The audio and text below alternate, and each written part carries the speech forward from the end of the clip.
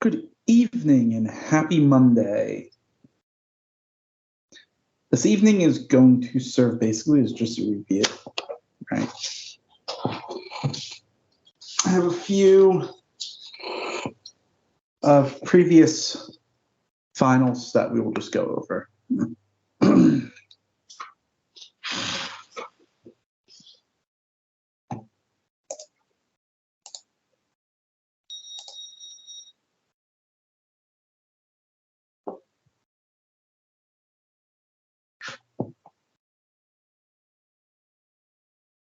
Okay. There it is.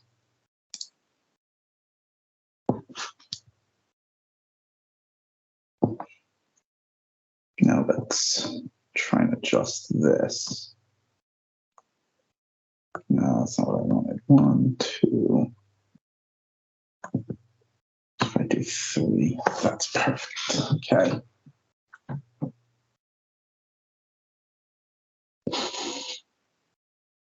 If x equals 2/7 is a root of the given polynomial, we're asked to use synthetic division to factor the polynomial completely and list all of its roots.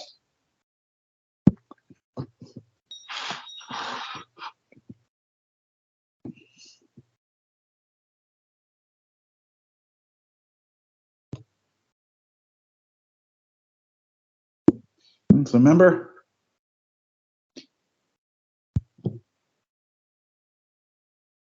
the constant of the linear factor goes on the outside. In this case, it is 27, or I'm sorry, 2/7. We now write out all the coefficients.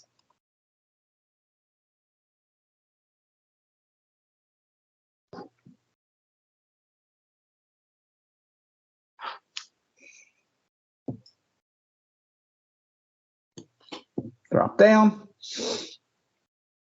49 times 2/7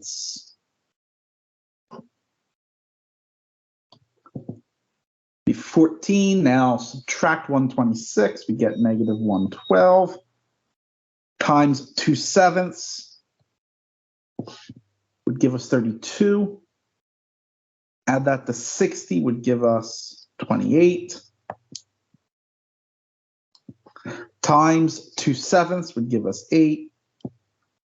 Right, and as expected, we do get a remainder of 0. Right, we should because it is. We're told it's a 0, right?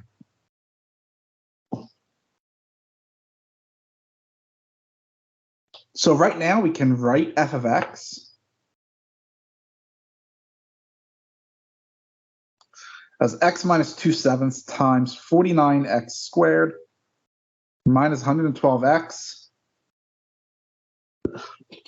plus 28.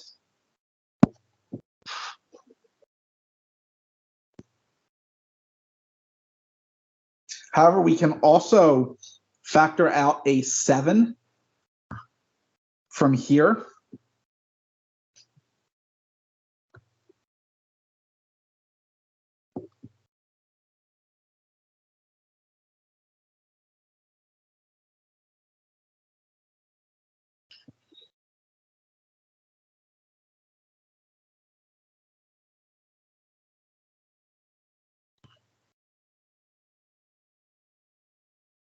And we can also distribute the 7 through the first term.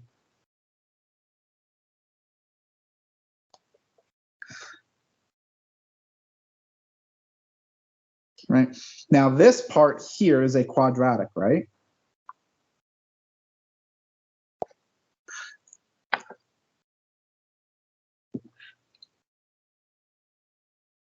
Can that be factored, or is that irreducible?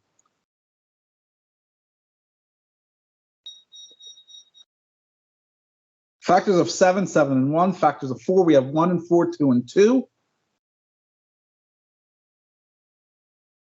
14 plus 2 is 16, so it can be factored.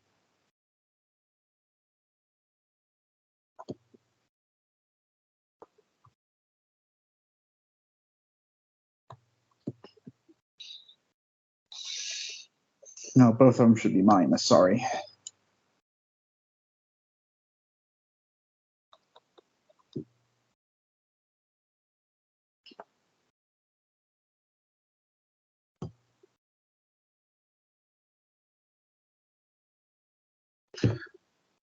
So here we are factored.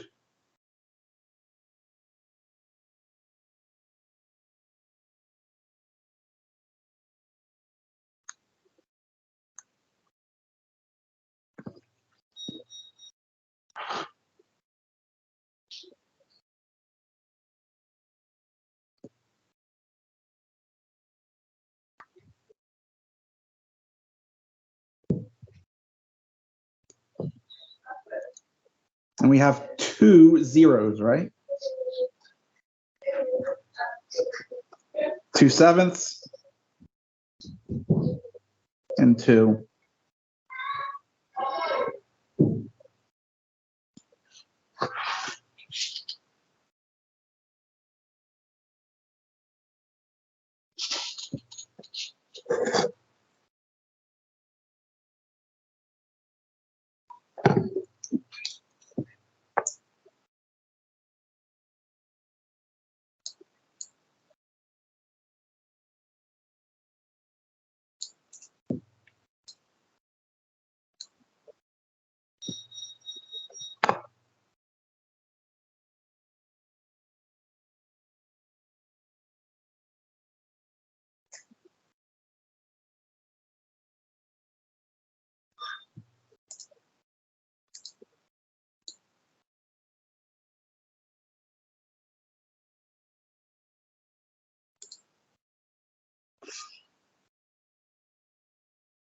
Next up, we were asked to find the exact value of cosine of 300 degrees plus 135 degrees.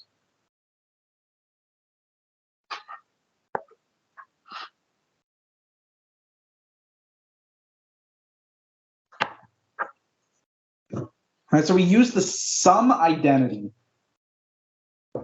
for cosine.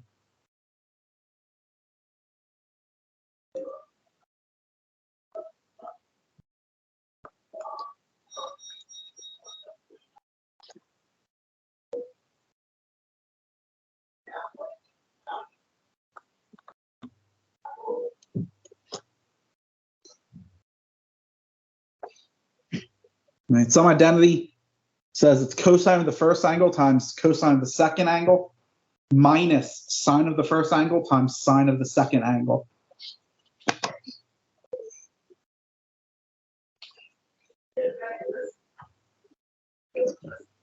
Cosine of 300 degrees is what?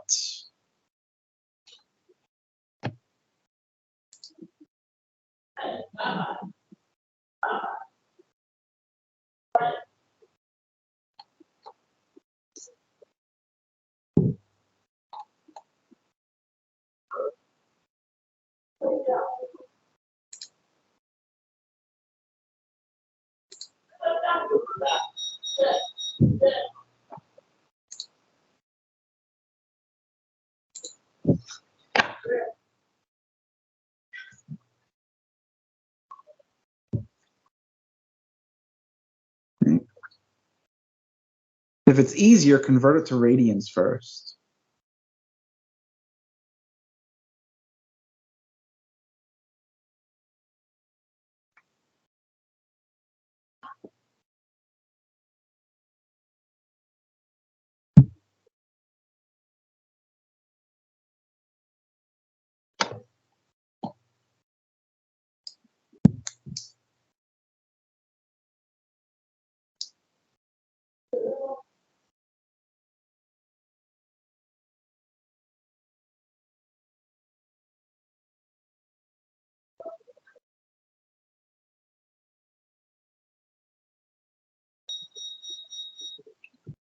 Let me just double check.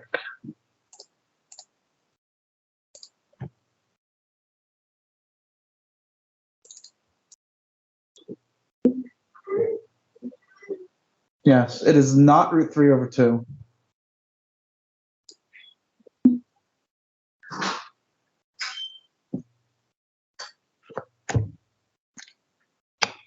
Not negative either. Now, this is why I said it might be easier to convert it to radians.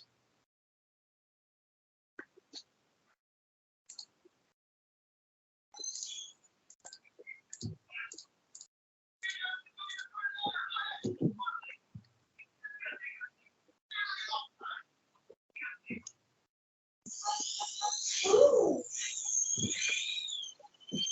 300 degrees in radians is 5 pi over 3. 135 degrees in radians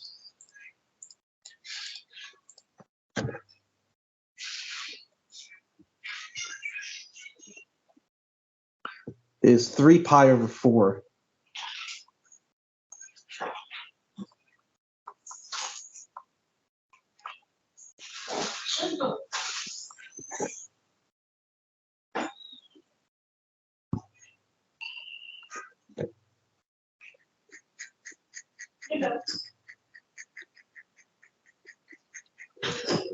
What quadrant is 5 pi over 3 in?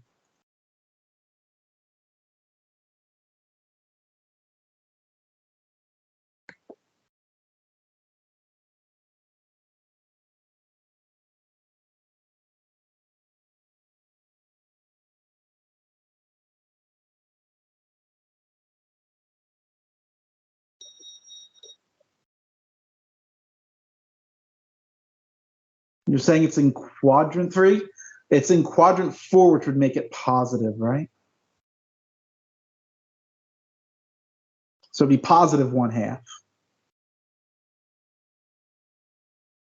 times, right? So this is how I typically look at it. So I look at 5 pi over 3 and I go, okay, well, I know that 6 pi over 3 is 2 pi. So it is just under 2 pi, which is the 4th quadrant.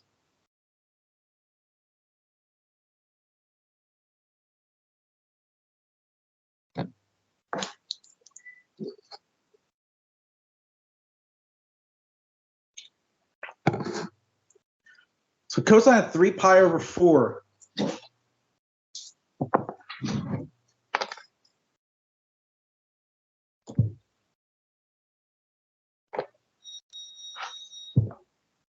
And so we go, okay, 3 pi over 4 is what quadrant? And it's the 2nd quadrant, so cosine's negative there. And so I'm just talking out how I do this in my head. Reference angle for 3 pi over 4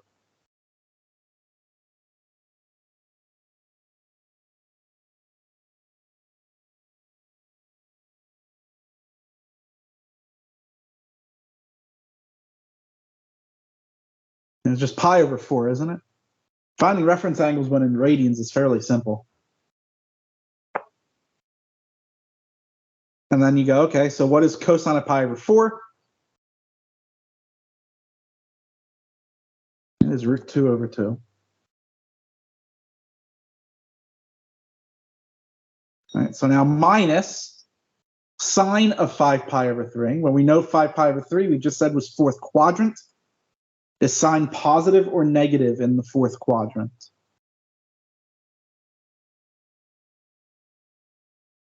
Reference angle for 5 pi over 3.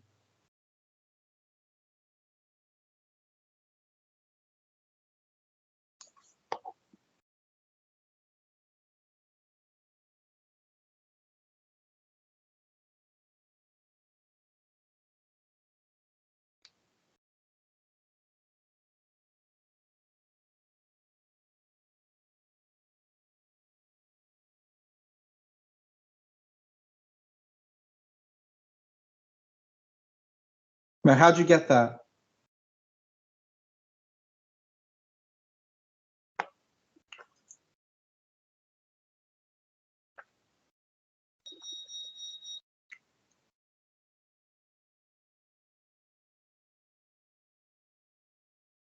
Right, exactly. Reference angle for 5 pi over 3 is pi over 3, right?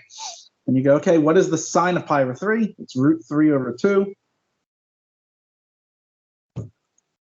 So sine of 5 pi over 3 is negative root 3 over 2. Let's write that a little bit better.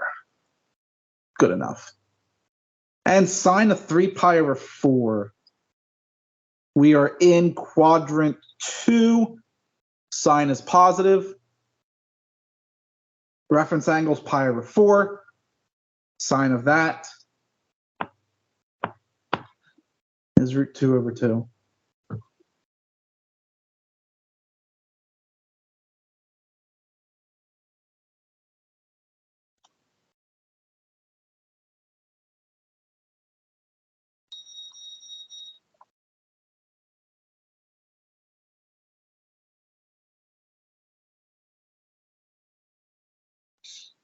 So the exact value is root 6 minus root 2 all over 4.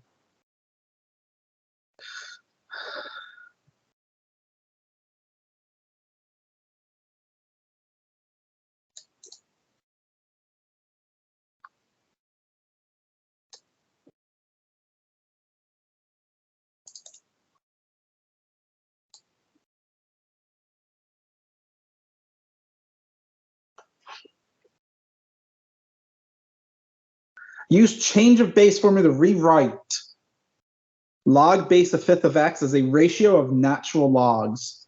So first,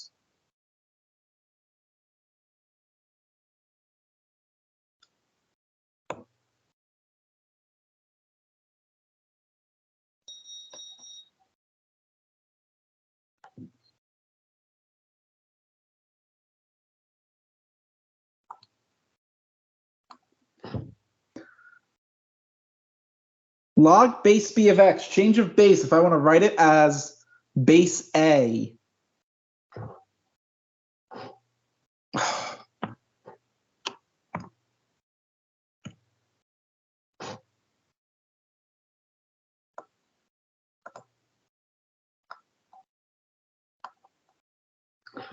Log base a of x over log base a of b, right?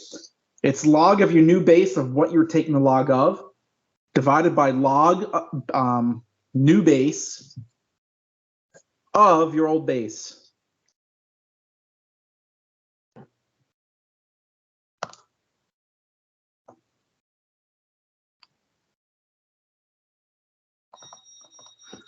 Since we want natural logs,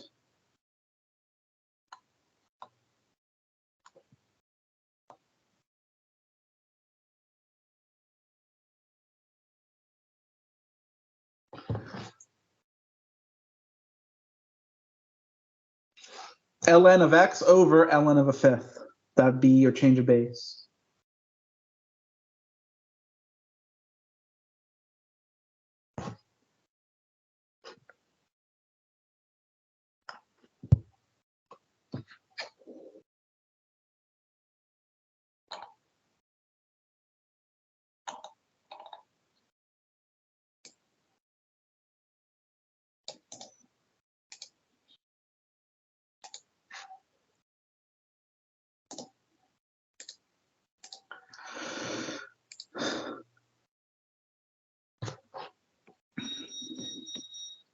We were asked to identify all intercepts and asymptotes of this rational function.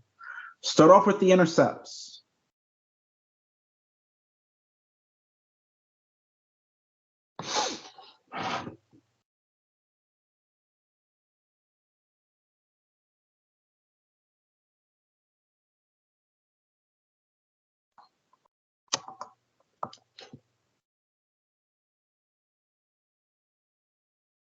What would f of 0 be?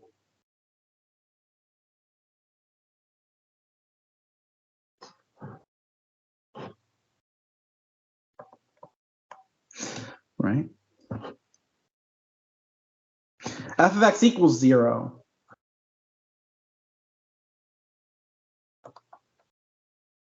Would mean x squared has to be 0, right? Which means x is 0.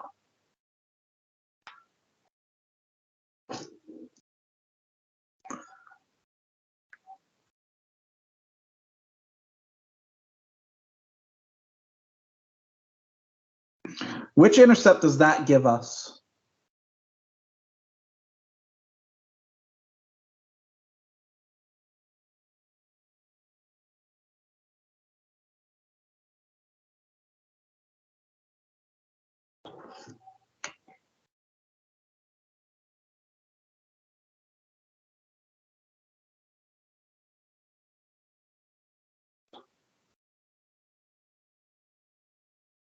true, it crosses at the origin, but if you just plug in 0, right, you find f of 0, what intercept does that give you? Does it give you the x-intercept or the y-intercept?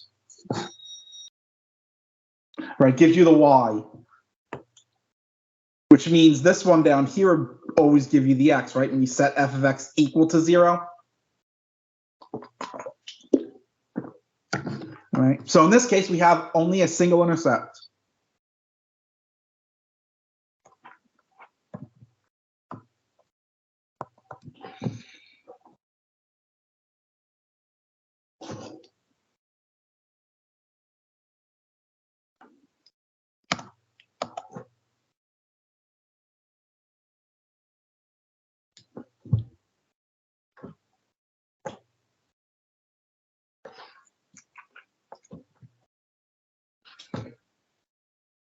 What are the vertical asymptotes?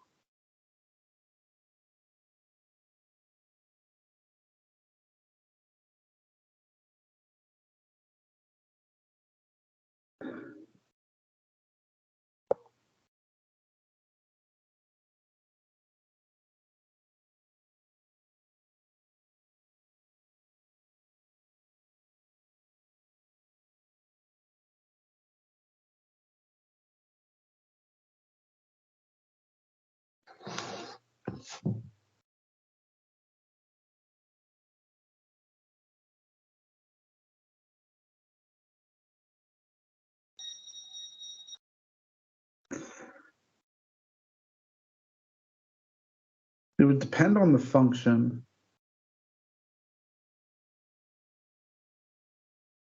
And the actual definition of vertical asymptote you won't consider until calculus. For a rational function is what we are dealing with. Vertical asymptote, where the denominator equals 0, so where the function would be undefined.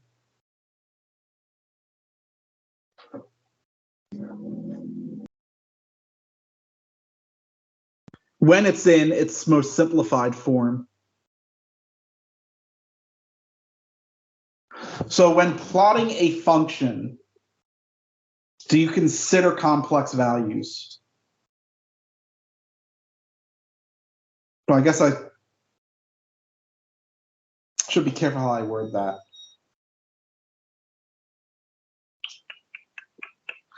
When we plot, do we ever have non-real numbers on our axes?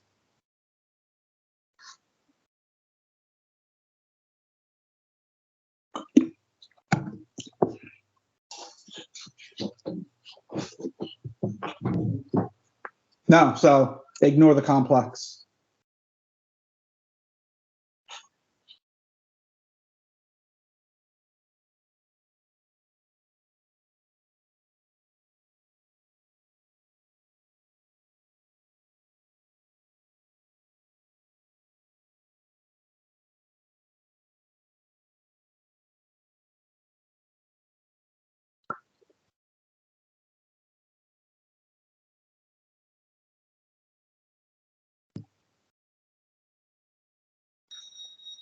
There are no vertical asymptotes, right? X squared plus 4 will never be 0 in the real plane.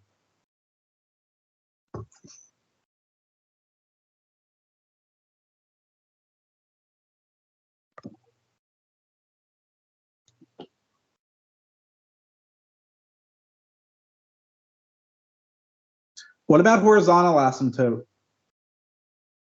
Do we have one?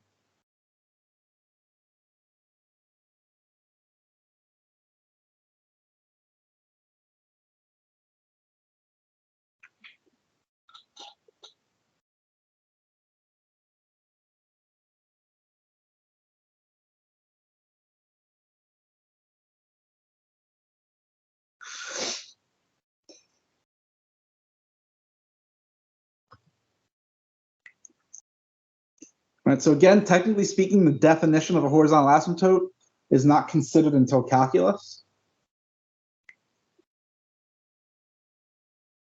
For rational functions, you look at the degree of the numerator and the degree of the denominator. Right? And you have technically there's 4 possibilities that we consider.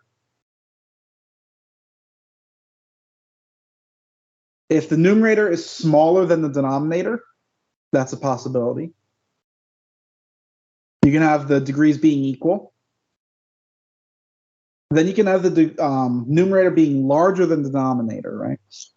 In that case, there's one additional case. If the degree is only 1 more than the denominator.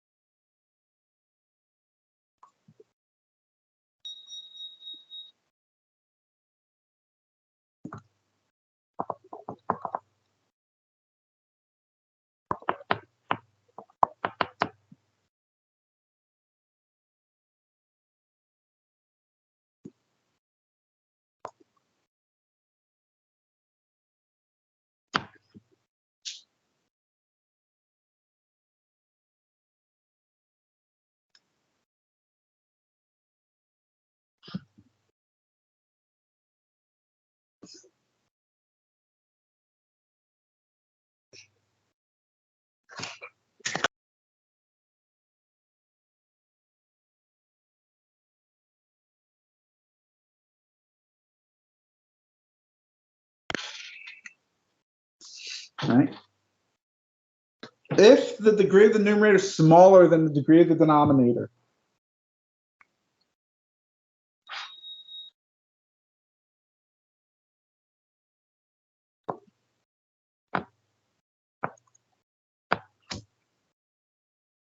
horizontal asymptote is y equals 0.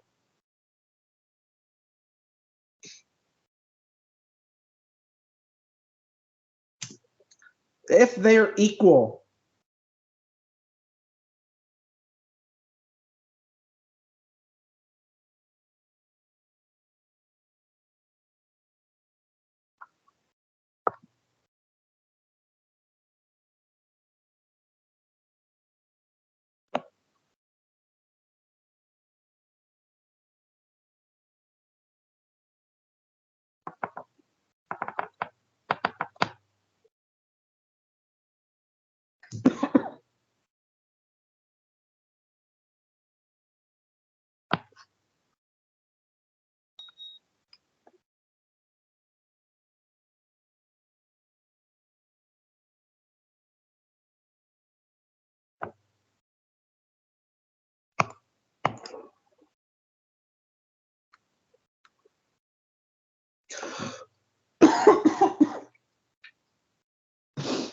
degrees are equal, then your horizontal asymptote is the ratio of the leading coefficients.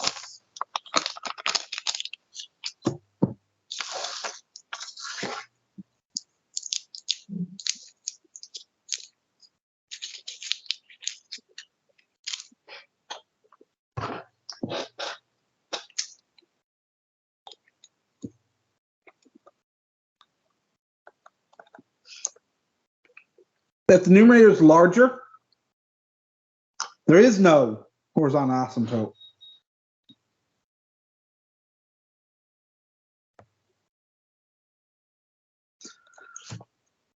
However, if the numerator is larger by the denominator by only 1,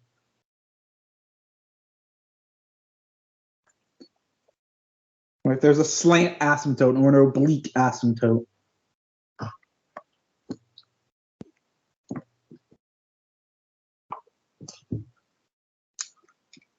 Those are the only 3 asymptotes we considered in this course, right?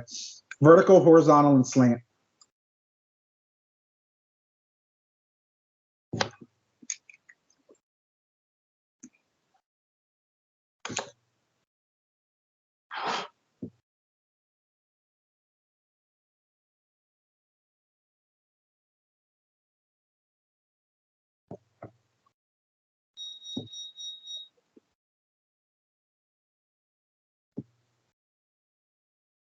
right? So yes, horizontal asymptote here is y equals 1.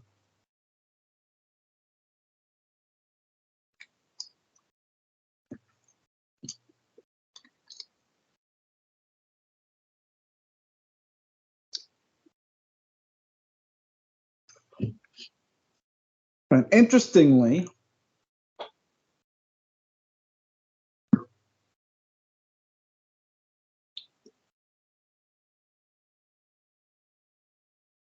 you should recall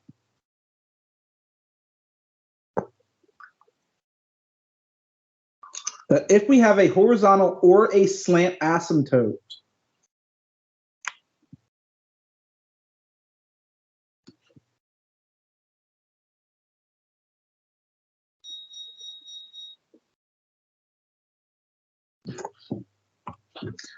our function can cross it theoretically an infinite number of times.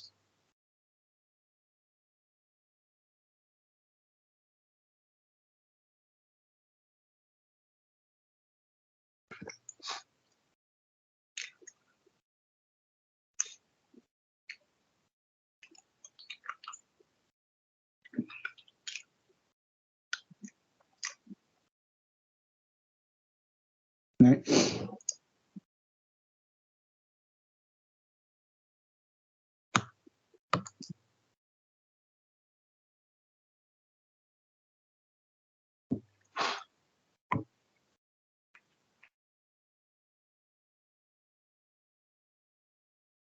However,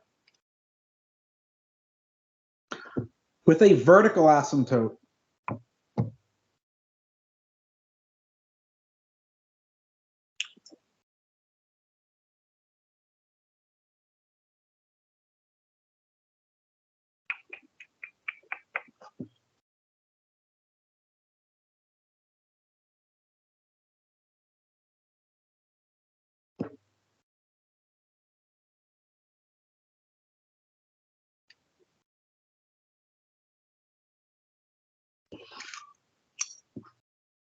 it can only ever touch it on one side.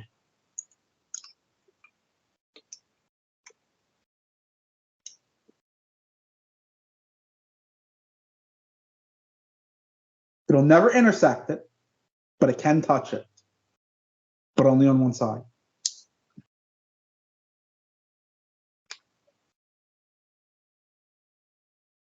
And again, the reason for that, you'll learn when you study the definition of these asymptotes in calculus. Right? Either in the fall, if you take it in the fall, or if you're going to take it in the second half of summer.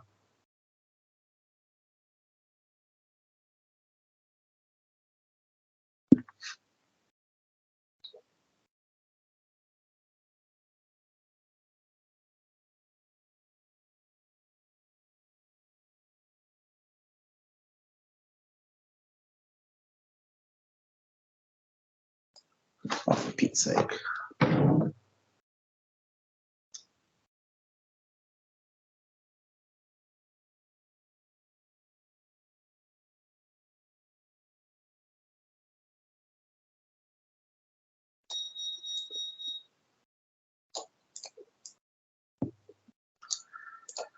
Okay, how am I going to do this?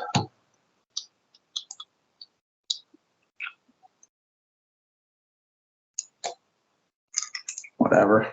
I'm going to be a pain in the butt about this.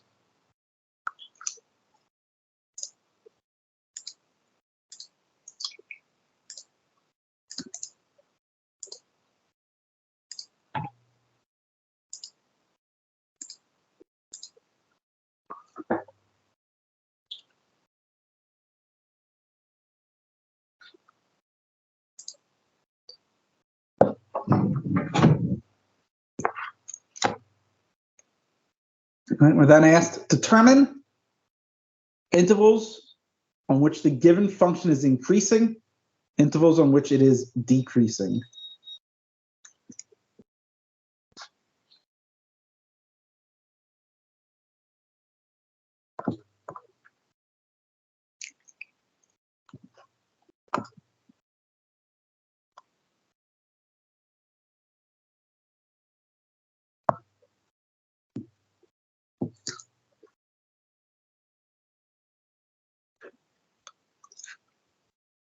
So where are we increasing?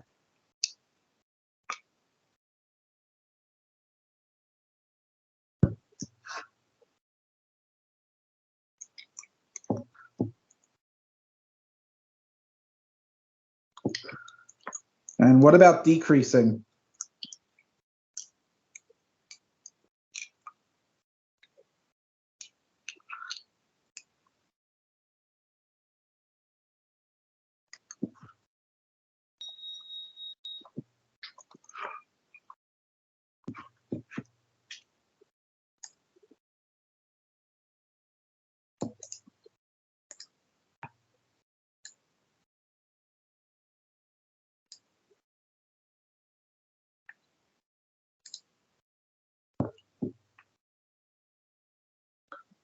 And then we're asked to verify this identity.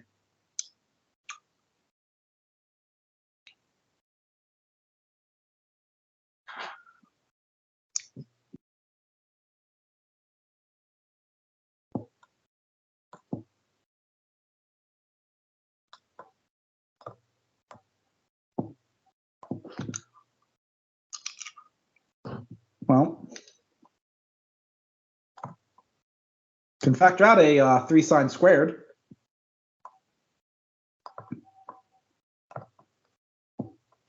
We're then left with 1 minus sine squared.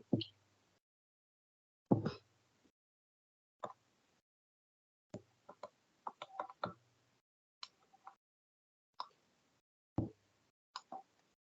right, but sine squared is 1 minus cosine squared, and 1 minus sine squared is cosine squared.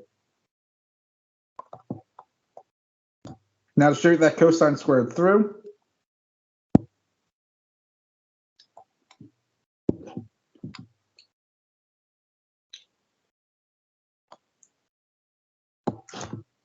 and we have our desired result.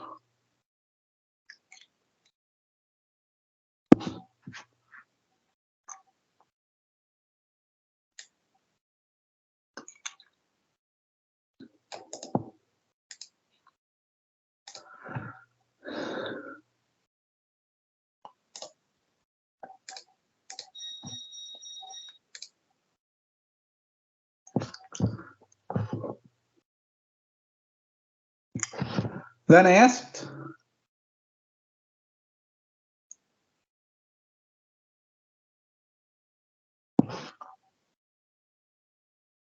sine squared became 1 minus cosine squared. 1 minus sine squared is cosine squared, right? That's from the Pythagorean identity.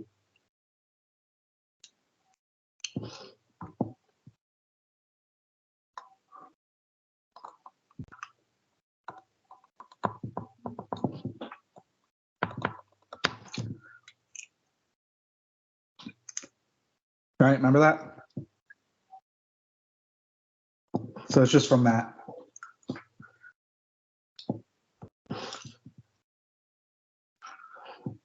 Right, we are then asked to write this expression in terms of only sines and cosines.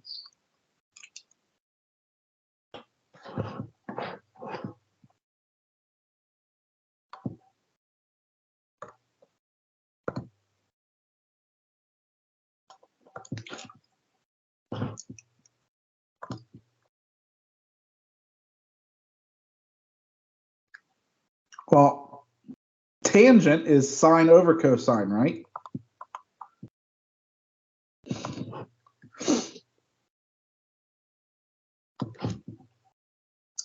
Secant is 1 over cosine.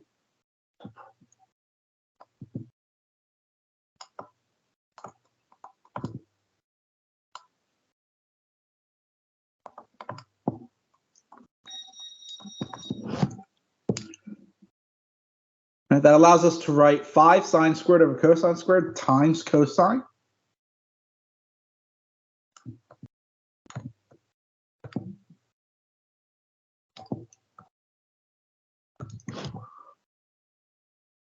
Which is 5 sine squared over cosine.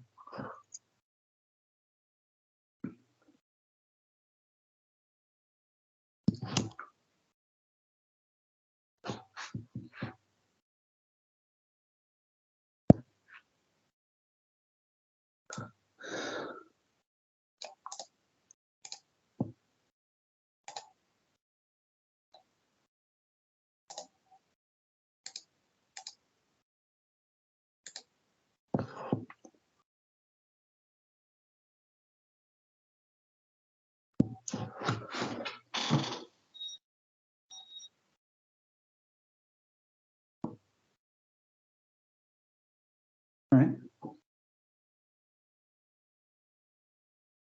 Then asked, we're given the function negative 3x cubed. We want to state the parent function. Describe how the parent function is transformed to obtain f, and sketch the graph of f.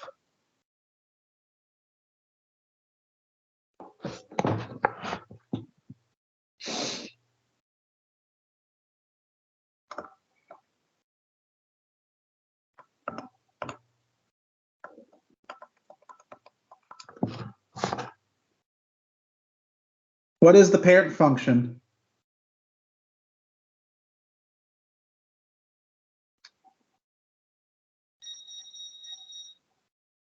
Right?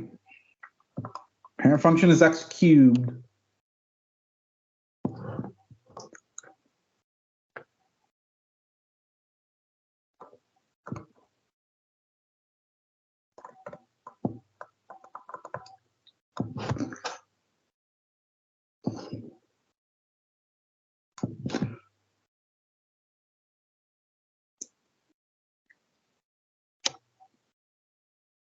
Correct.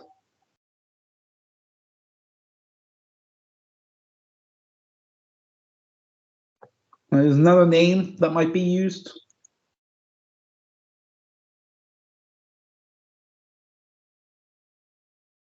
Trying to think what it would be.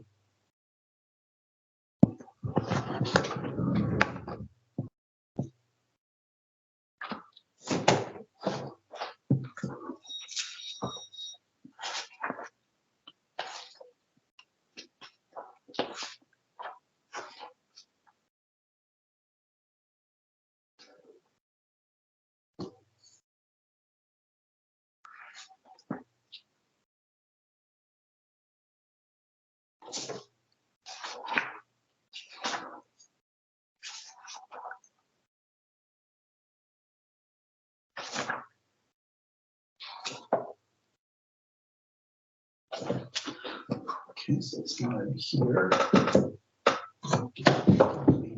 This one, I bet.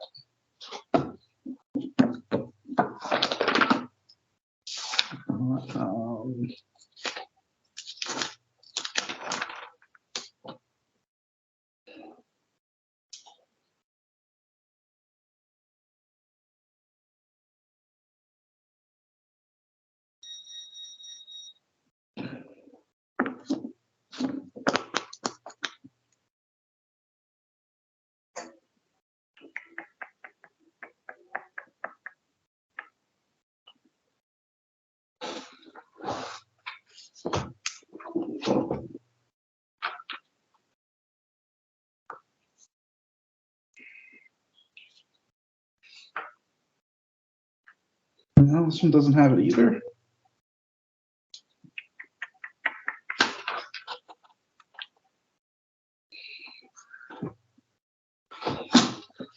We have one more reference. I know there's another name for it. I just can't think of it right now off the top of my head.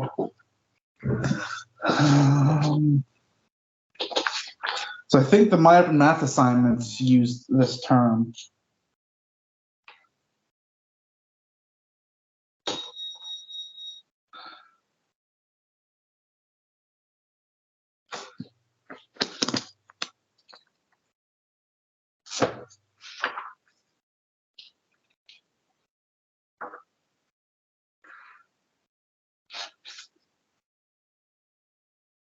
This one just calls it a basic function.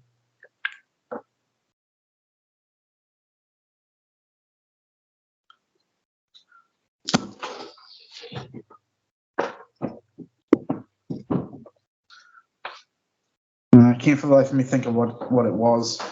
I always use the term parent function. And then there was a table of them given, right?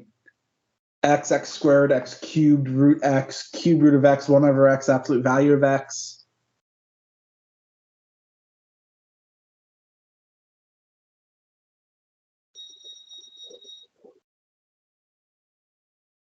So what transformations are being applied?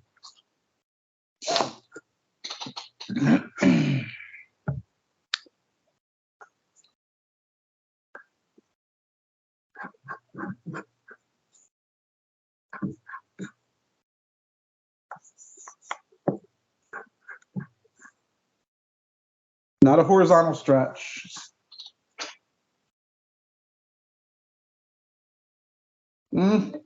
Hold on.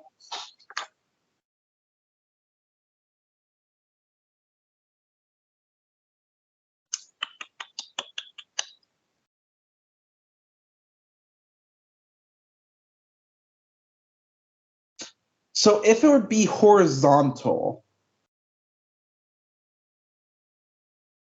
what's the factor?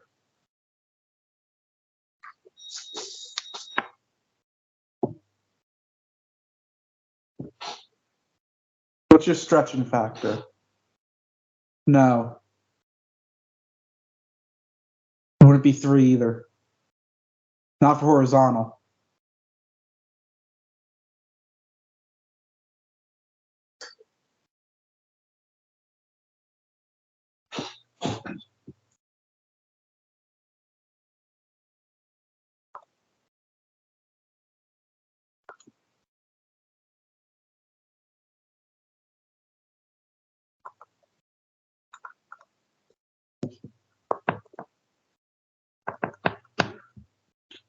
And first is going to be reflection. That's what the negative tells us.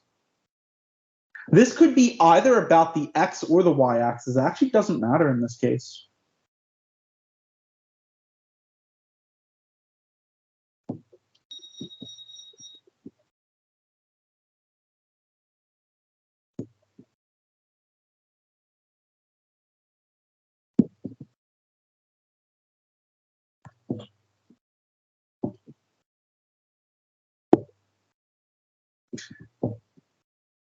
We're going to be vertical stretch by a factor of 3.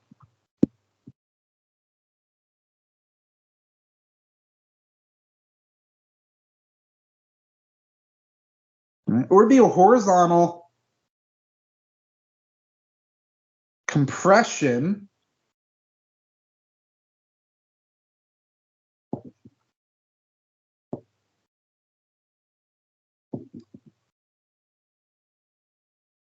by a factor of cube root of 3. Right? So remember, if we're dealing with horizontal stretch or compress,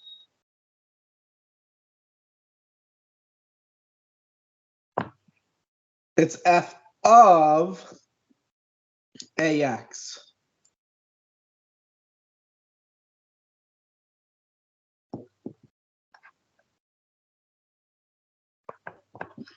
Values between 0 and 1 are a stretch. And larger than 1 would be a compression. This is for horizontal. Right? Vertical would be a times f of x.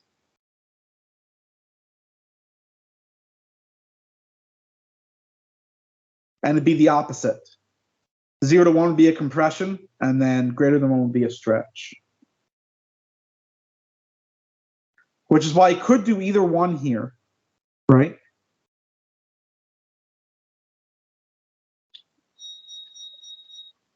Because I could write this as 3 times x cubed, or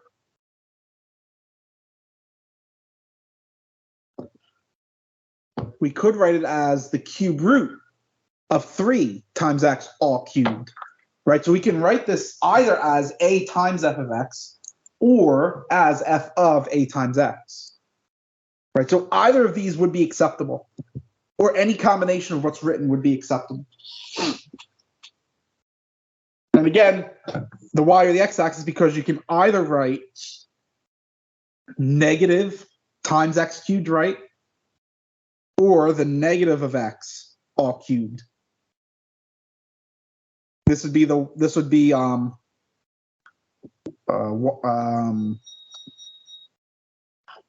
x-axis, I believe. No, this would be the y-axis. And this would be the x-axis.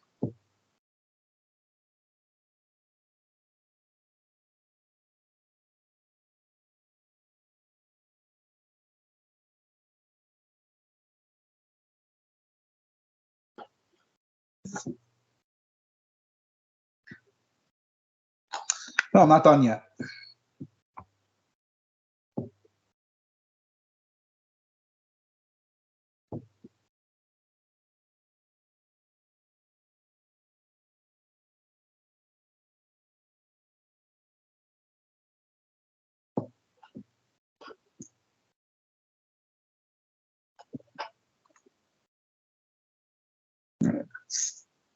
Sketching.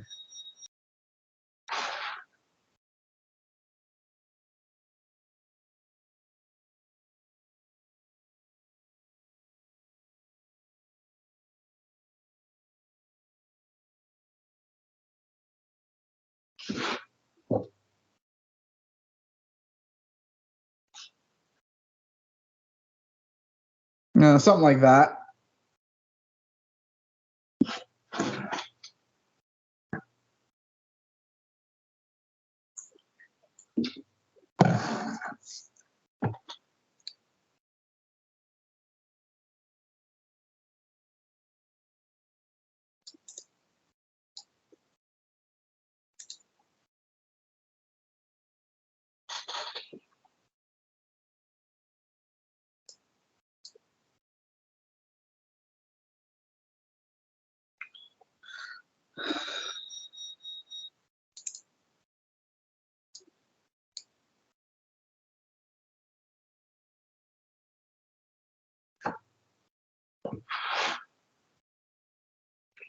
And given given h of x is e to the negative x, we want to evaluate h of 7/8 and then round that result to 3 decimal places.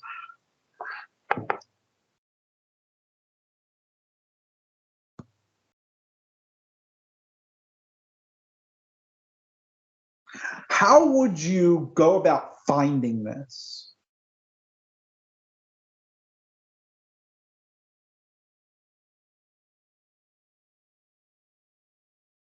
But what would you type in?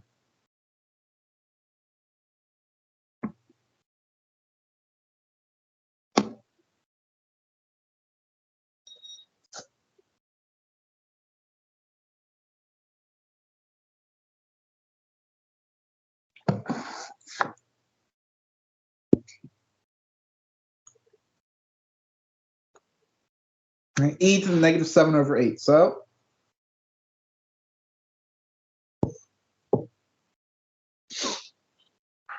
let's go ahead and do that.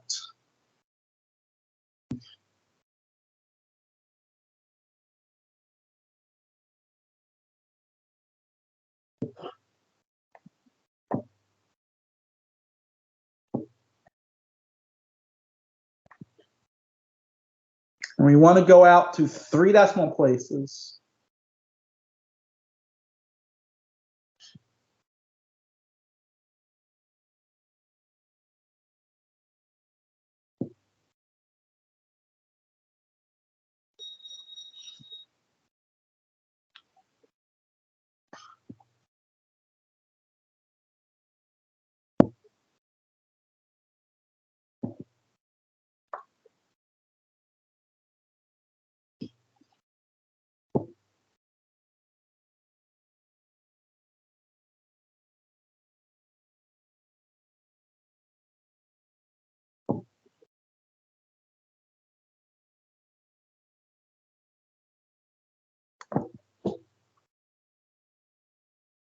And this will be about 0.417.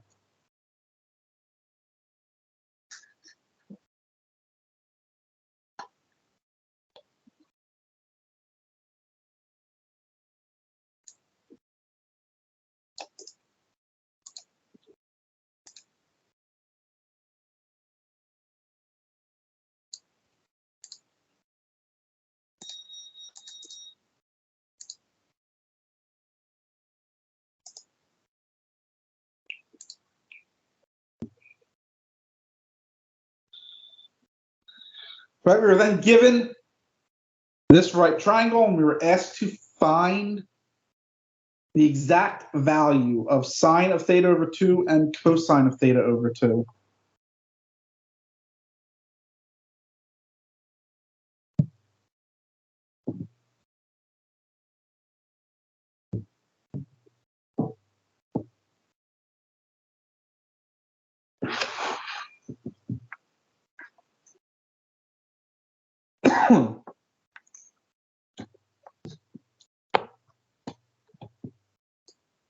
First, we're going to need the missing hypotenuse. Now we need the value of cosine of theta.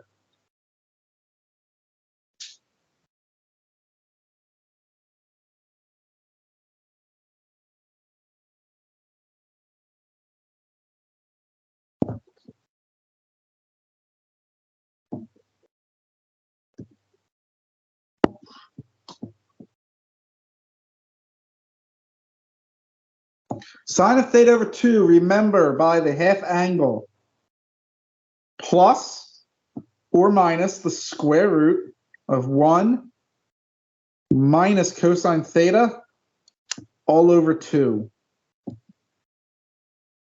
Plus or minus is dependent on the quadrant that theta over 2 is located in.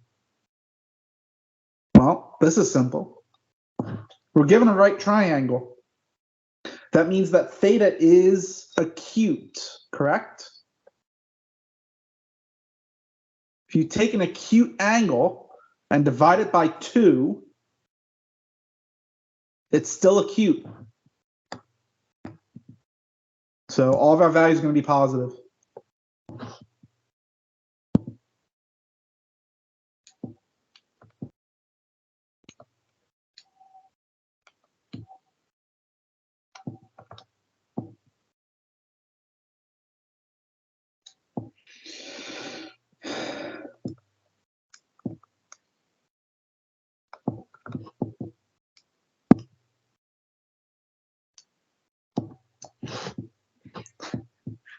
Sine of theta over 2 would be 1 over 5 root 2, or root 2 over 10.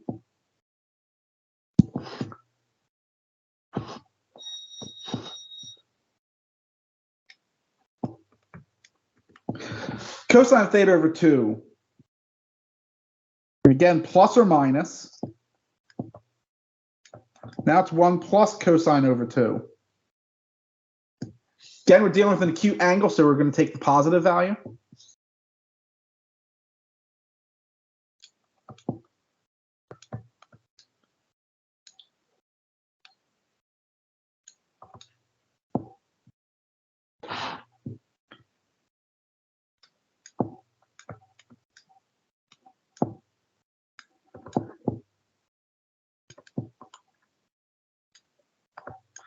Seven over 5 root 2, or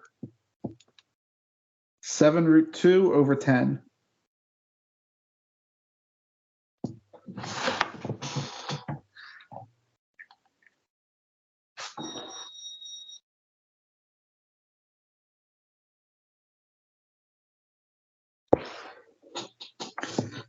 Any questions on those problems?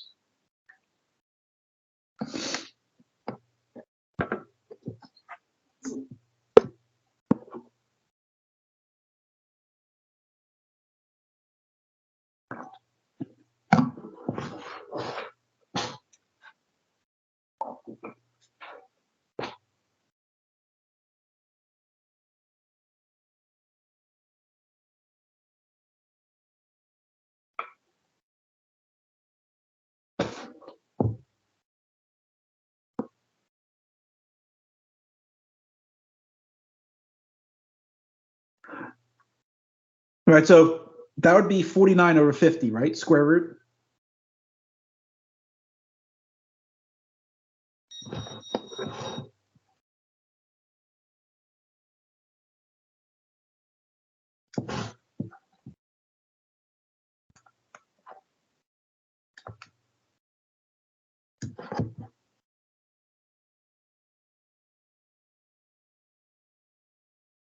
Now I could just move the 25 down. It's 25 times 2 in the denominator.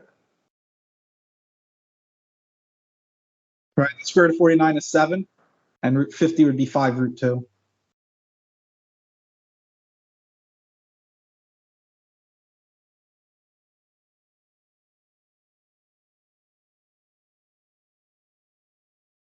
See that?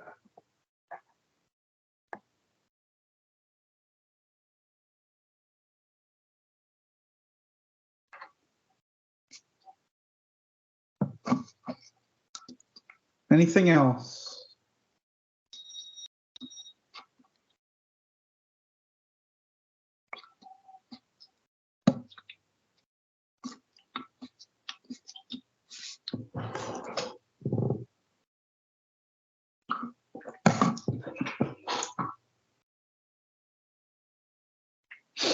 Okay.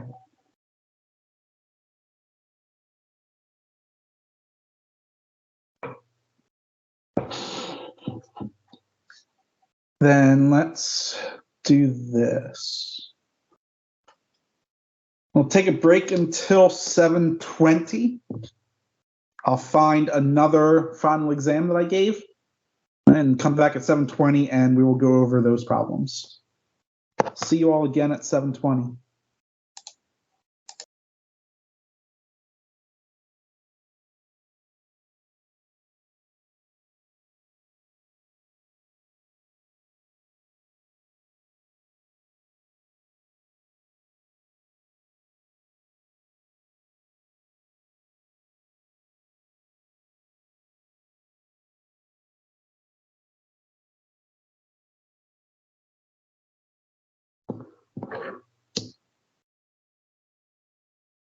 And we're back.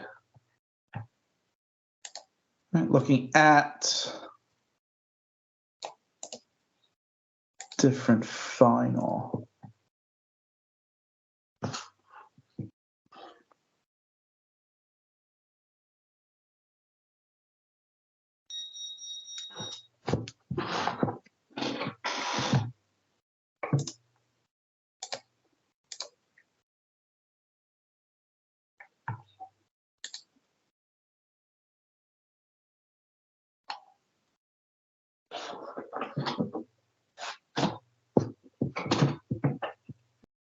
Right, use a graphing calculator to plot the given function. We will then go ahead and use that plot to determine whether it is 1-to-1.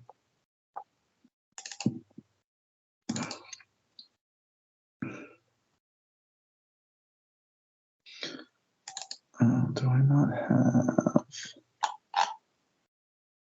Oops. Okay, well, whatever. We'll just wing this then.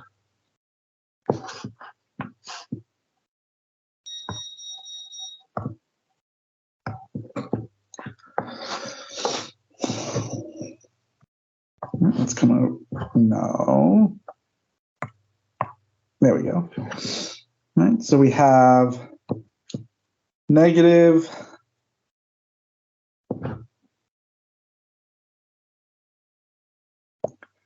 absolute value of x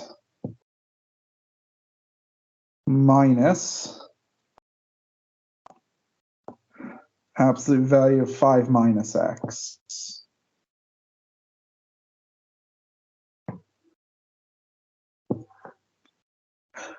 Oh dear, okay.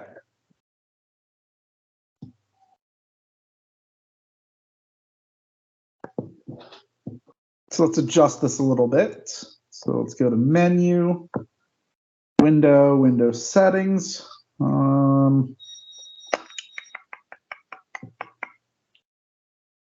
Let's keep those like that. Of course.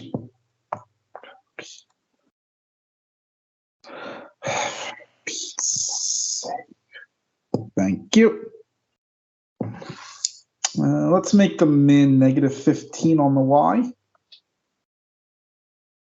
And let's go with 0 max.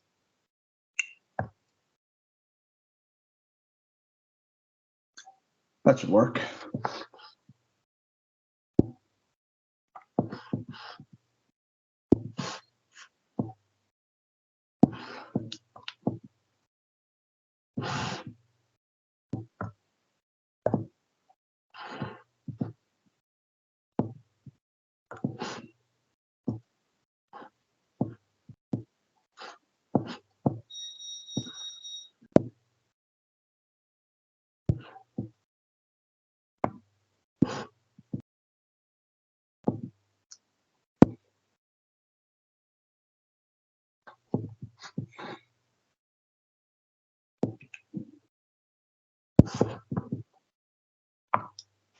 And so we're asked to determine if this is 1-to-1.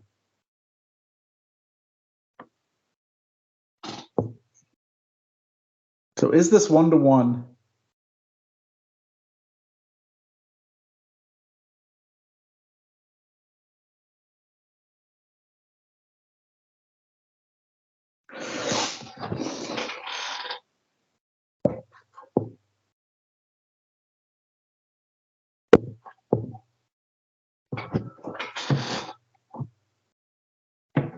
No, it is not. Right? It fails the horizontal line test. The easiest way to see that is it fails it right here. Because that is a horizontal line. Right, but in fact, no matter where you are, right, it's also going to fail it here, here, and it fails it everywhere.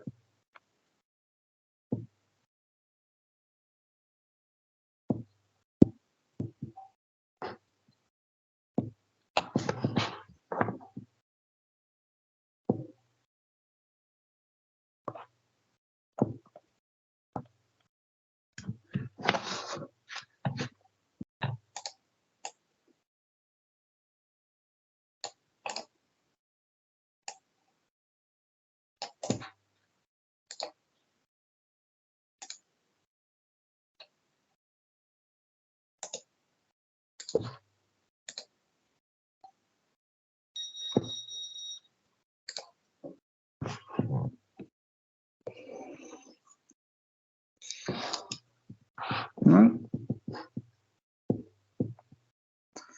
Hey, valuing functions, that's easy enough, right?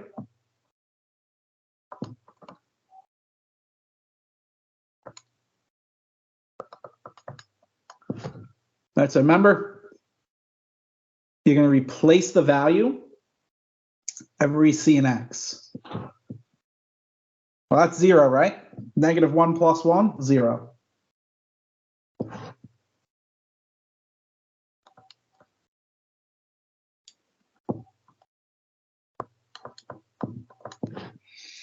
A third plus 9, 28 thirds.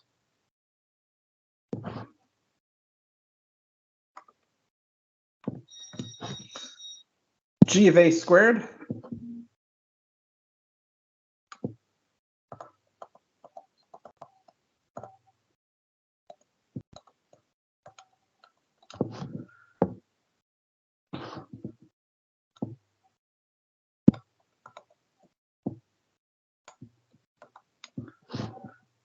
So 1 over a squared plus a to the 4th, or 1 plus a to the 6th over a squared.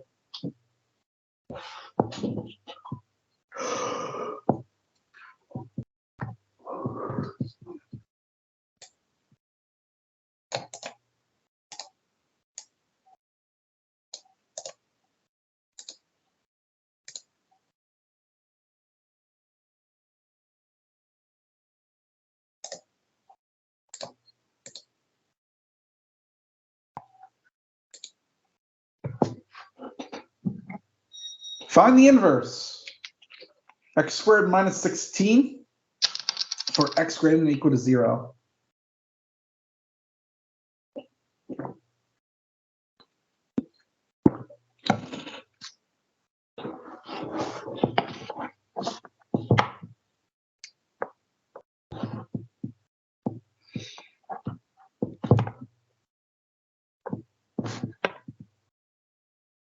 Obviously, it's 1-to-1 for x greater than or equal to 0.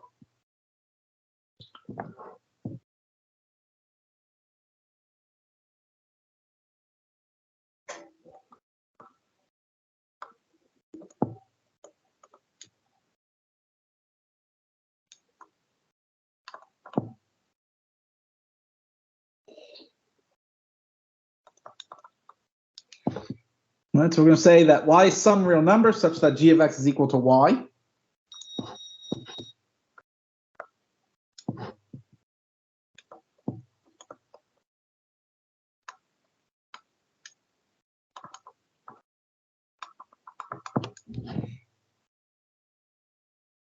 This will mean that x squared minus 16 is y.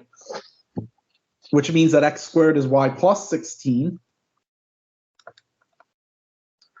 which means that x is the positive square root of y plus 16.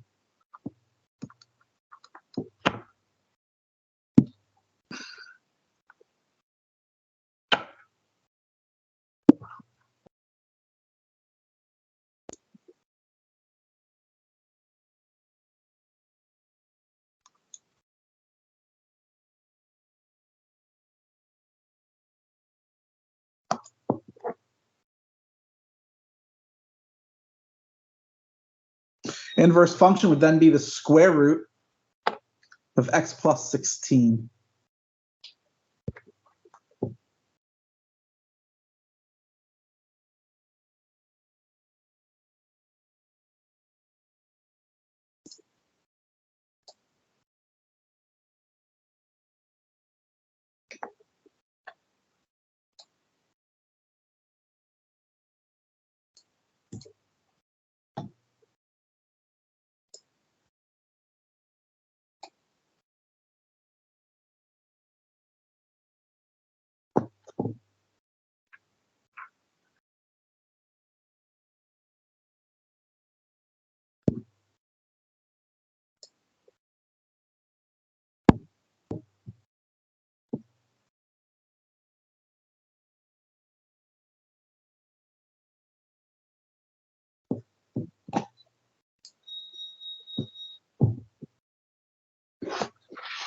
Evaluate 1 plus I quantity cubed. We have to write our answer in the form of A plus BI.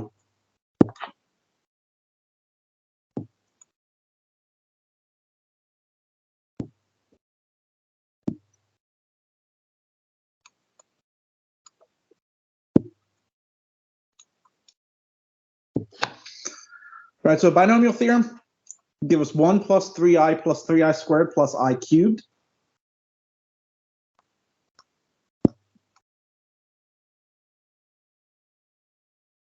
What is I squared?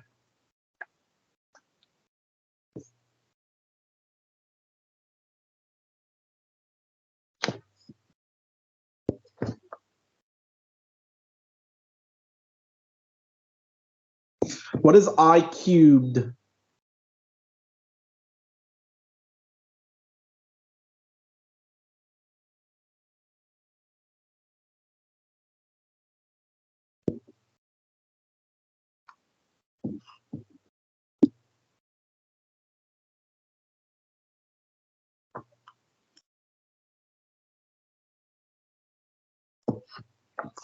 This simplifies to negative 2 plus 2i.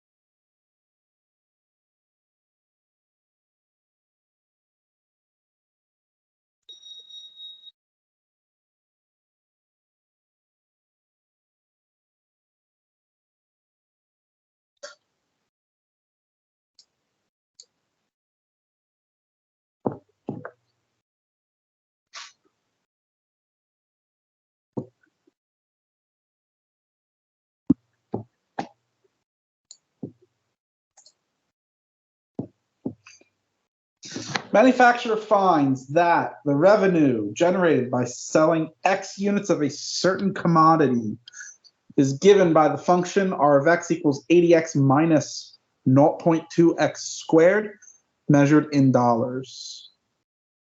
We want to determine the maximum revenue and how many units needs to be manufactured to obtain this maximum.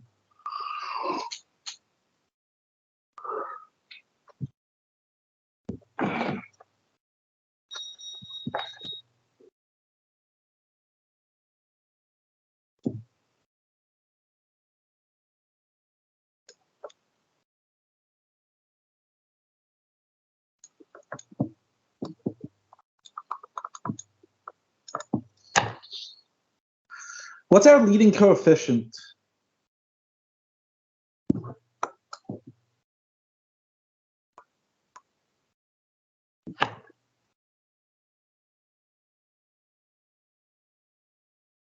Just 0.2?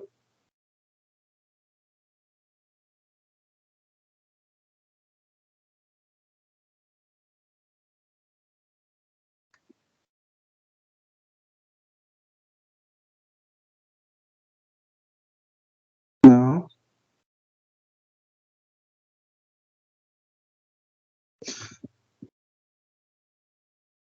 It'd be negative 0.2. Less than 0.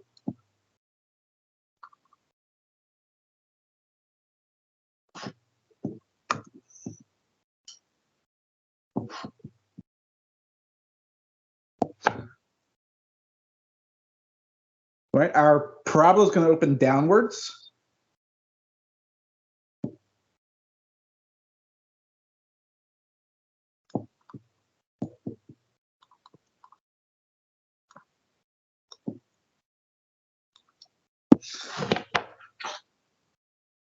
Which makes the vertex a max.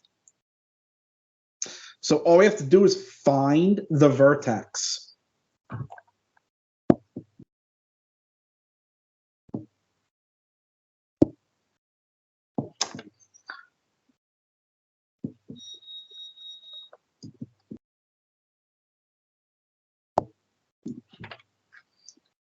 A would be negative 0.2, B is 80, and C is 0. Maximum revenue would be the y-coordinate of the vertex, right?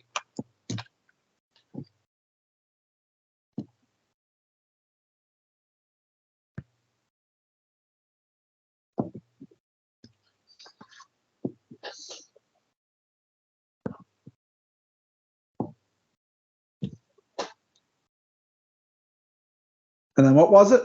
It was 0 minus,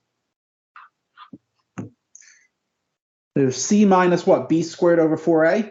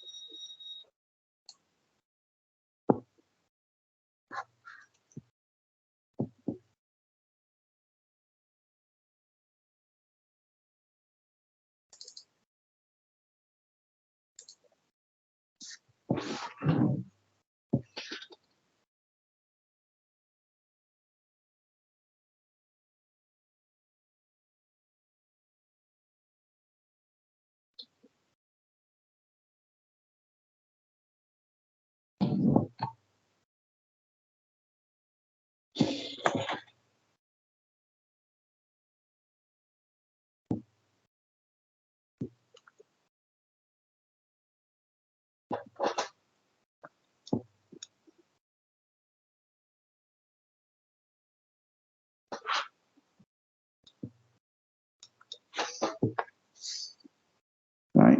6,400 divided by 0.4.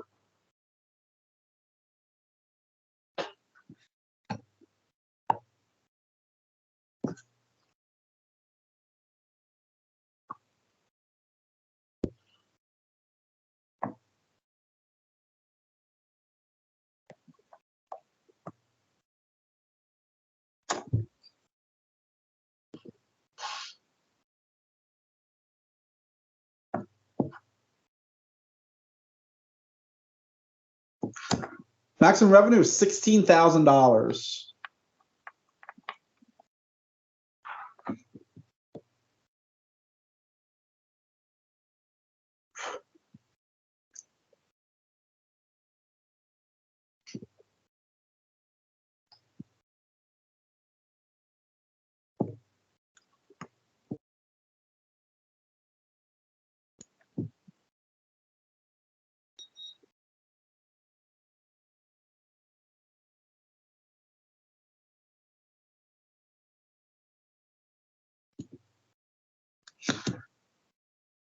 Number of units to be manufactured. to get this maximum is going to be the x coordinate, right? And that is negative b over 2a.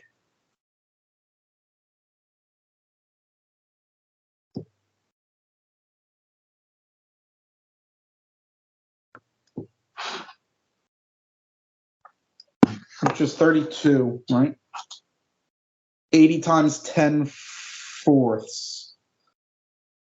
Oops, no, hold on. Yeah, 80.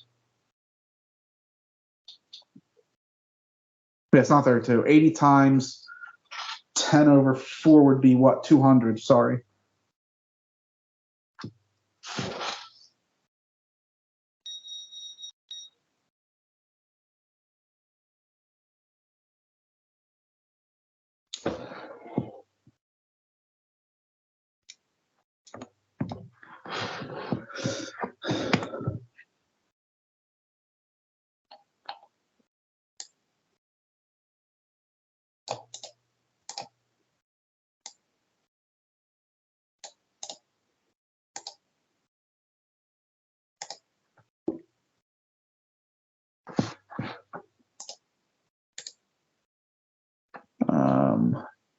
No, go away. That's what I wanted.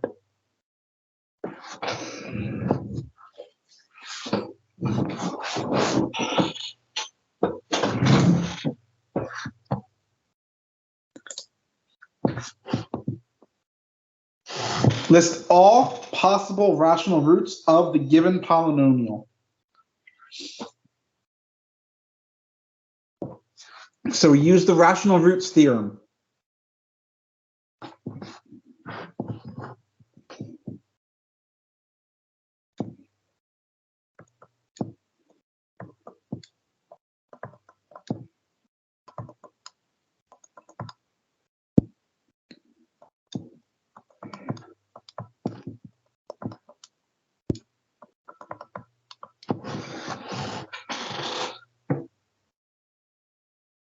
All right, there they are. All right, leading coefficient is 1. Constant is 36. So we just list out all the factors of 36.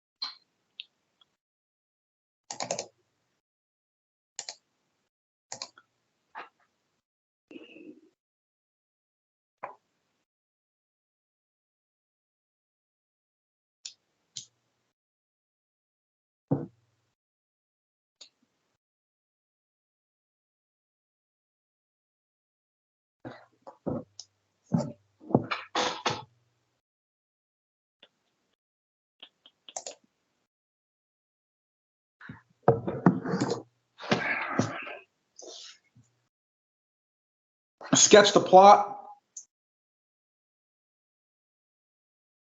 3 plus 3 to the negative x, not allowed to use a graphing utility.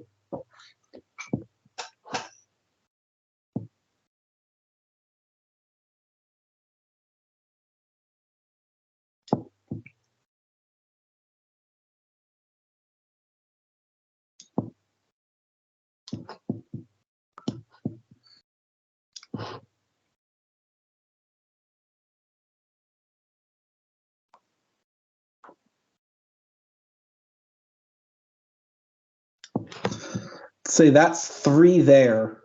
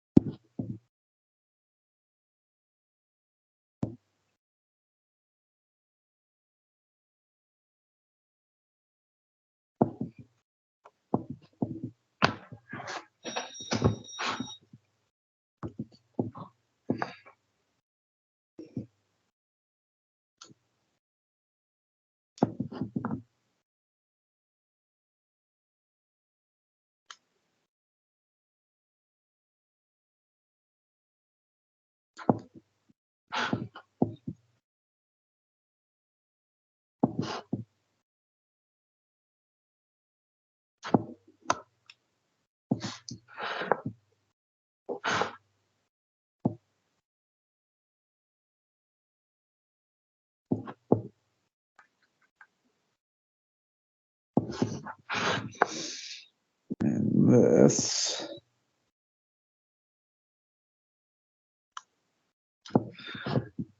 is 4.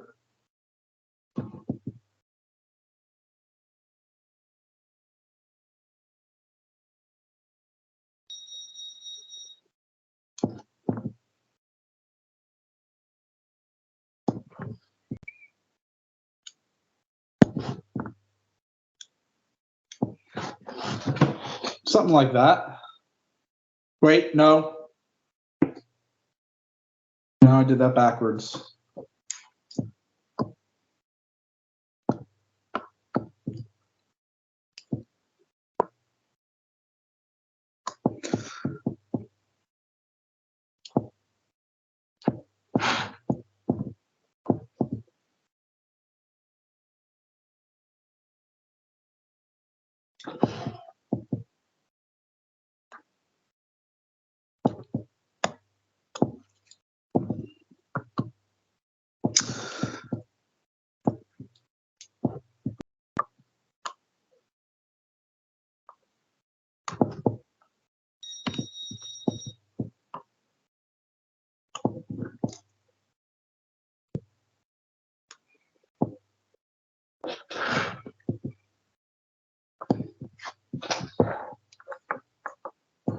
Should be this way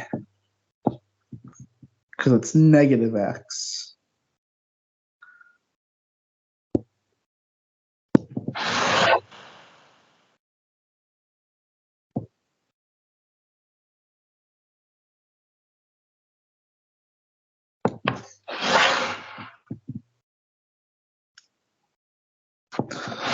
So it should be something like that,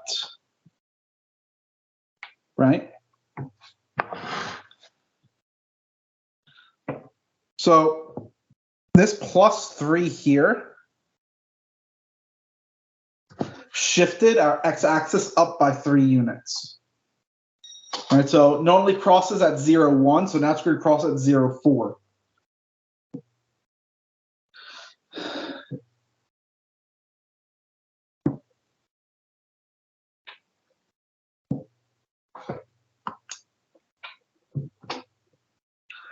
Right, at -1, we'd be at 3. So now we're at 6. At -2, we'd be at 9. Now we'd be at 12.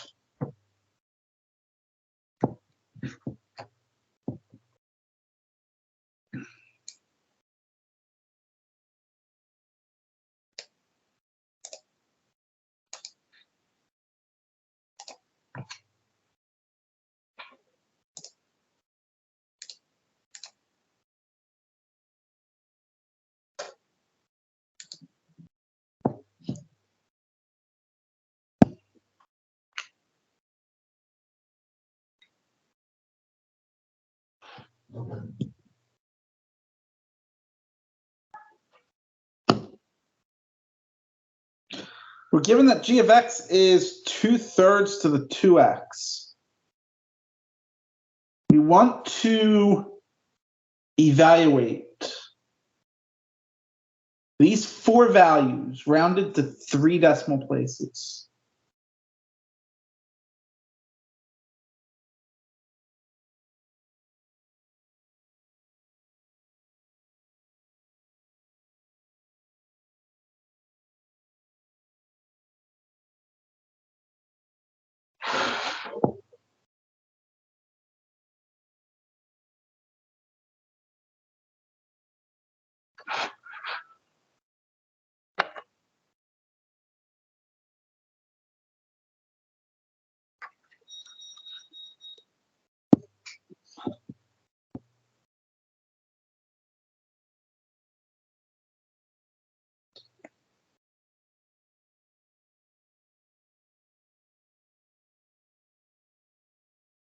What?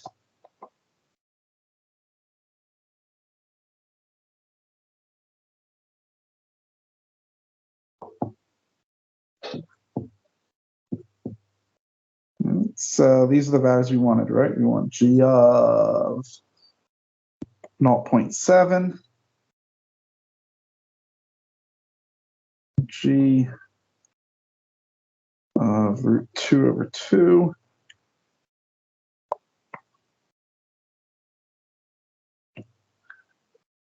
G of 1 over pi.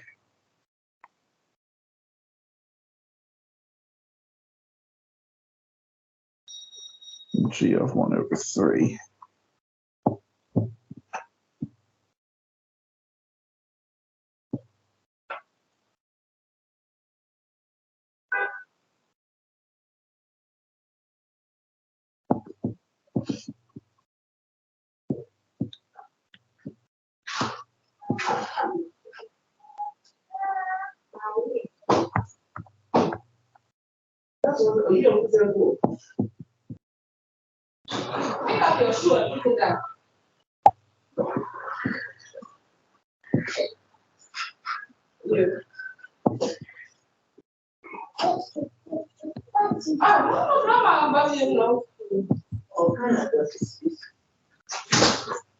Thank you.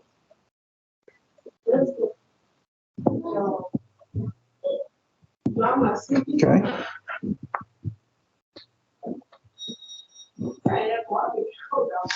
3 decimal places. 0.567 for the first one. 0.564.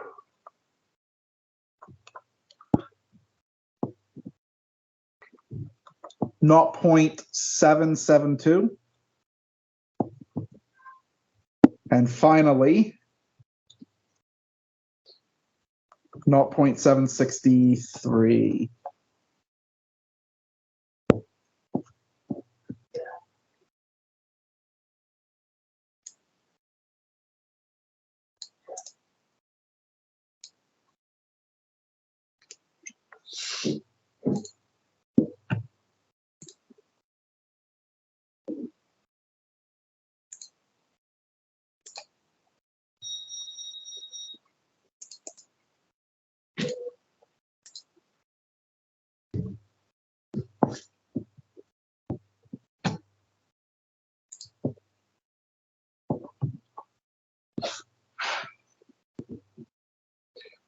Approximately how long will it take an investment $900 to triple if the interest rate is 3.75% compounded continuously?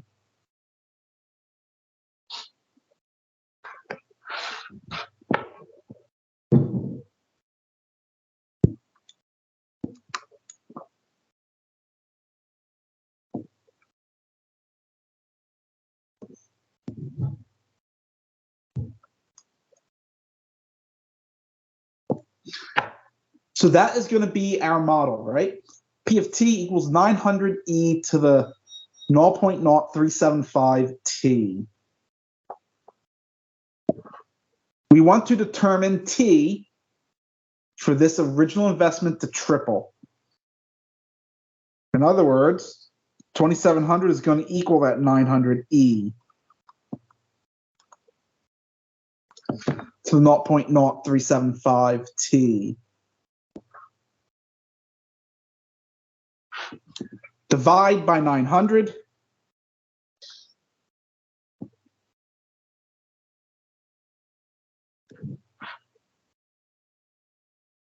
Take the natural log of both sides.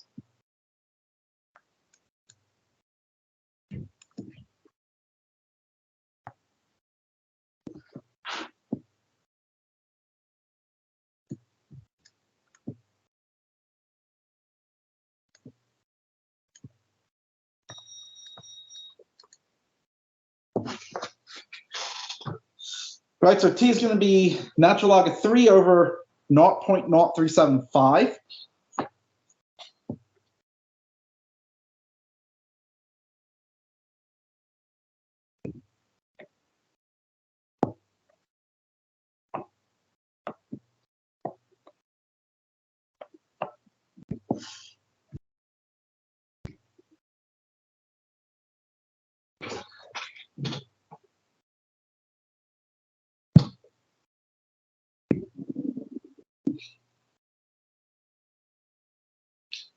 So let's say about 29 and a third years, so 29 years and 4 months.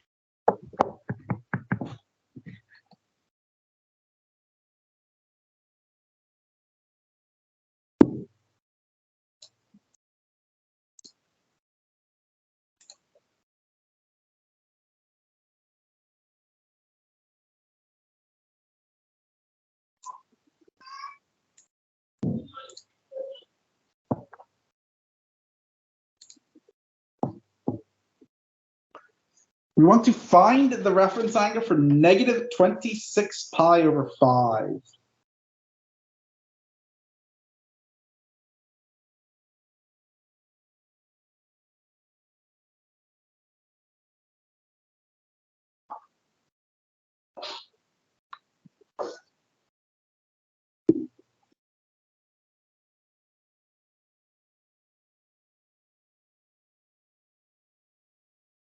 Right?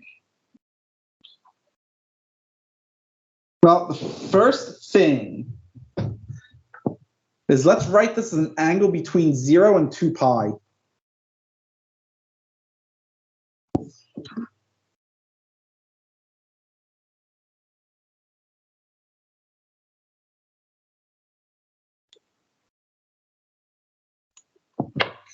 Add 6 pi.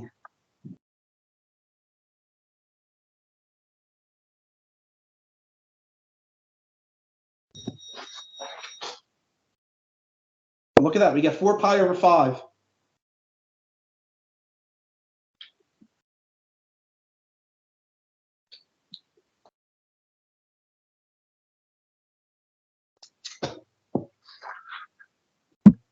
Four pi over 5.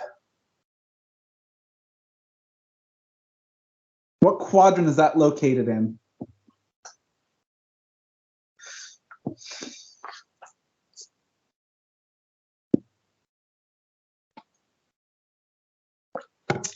Quadrant 2.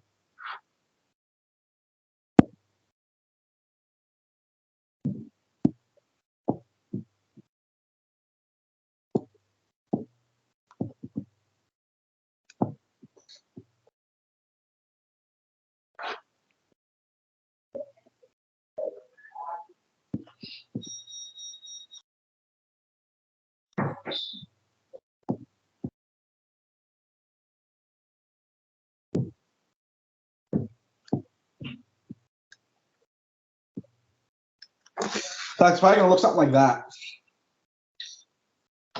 Remember, for reference angle, we want this angle right here.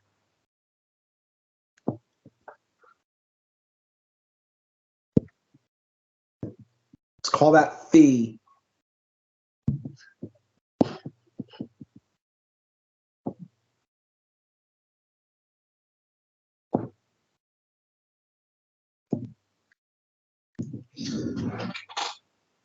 So what is phi?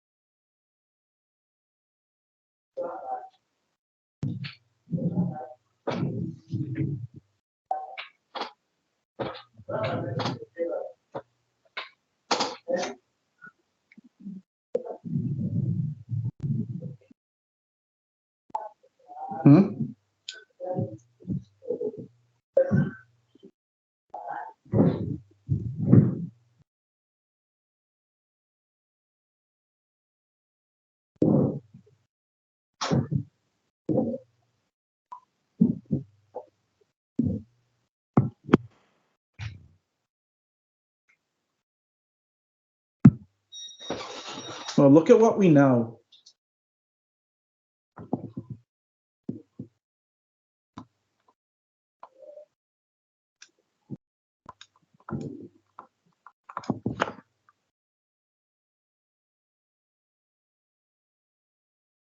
Four pi over 5 plus phi has to be pi, doesn't it?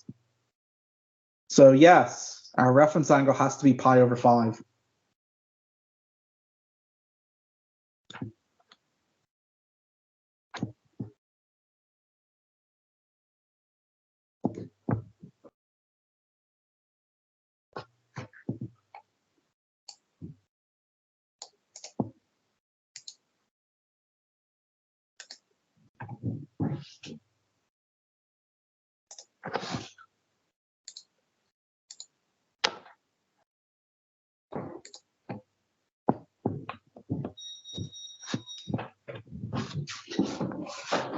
We're asked to find the period and phase shift.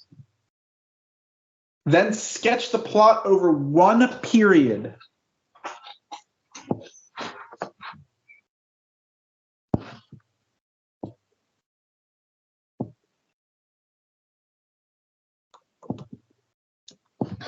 So the period T is what?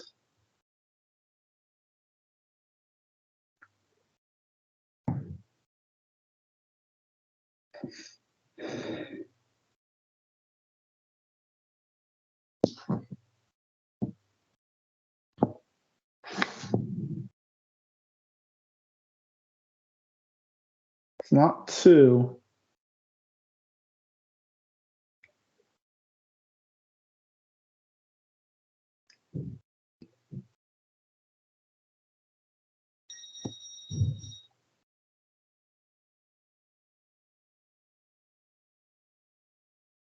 Wouldn't it be 4 pi? All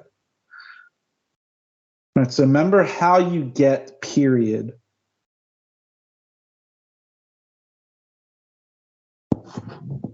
So first, what is the period of tangent?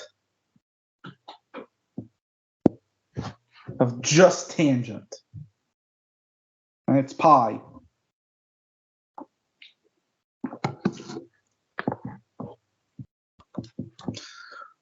What are you multiplying x by?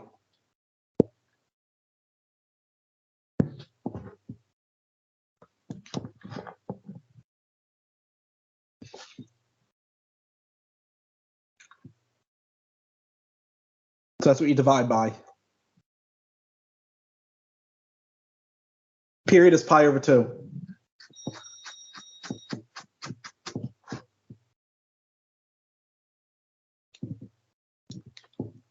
Phase shift. Be careful, it's not pi over 4.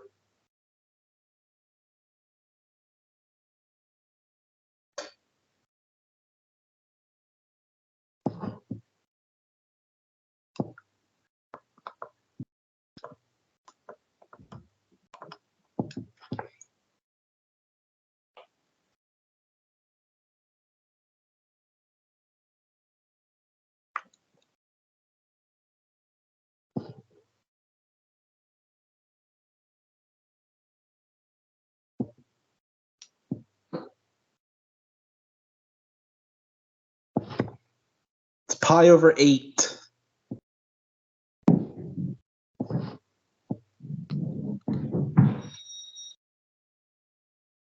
All right, remember with phase shift, it has to be written in the form of x minus phi.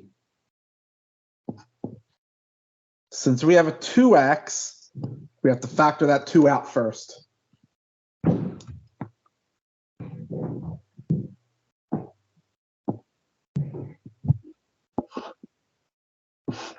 Now we have to plot it over one period.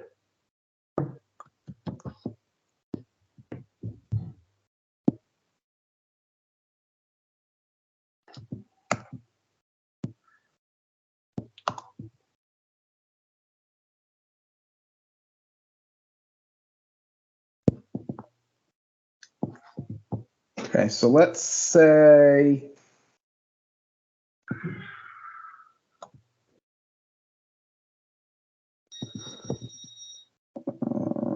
Yeah, that's what I want to do.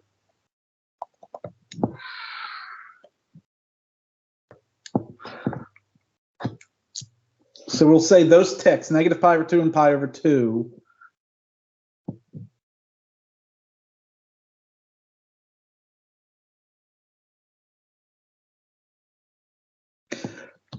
Since our period is pi over 2, we're going to cut that in half.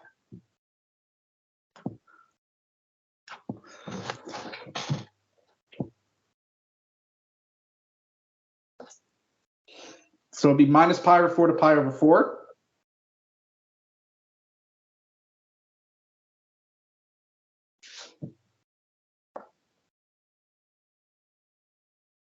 But now there's a phase shift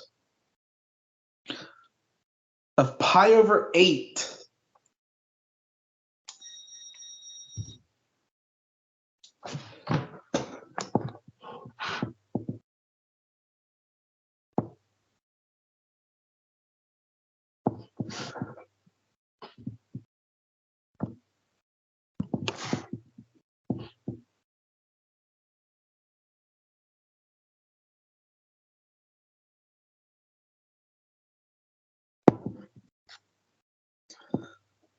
And it's not going to be exactly straight, but whatever. It's good enough for government work.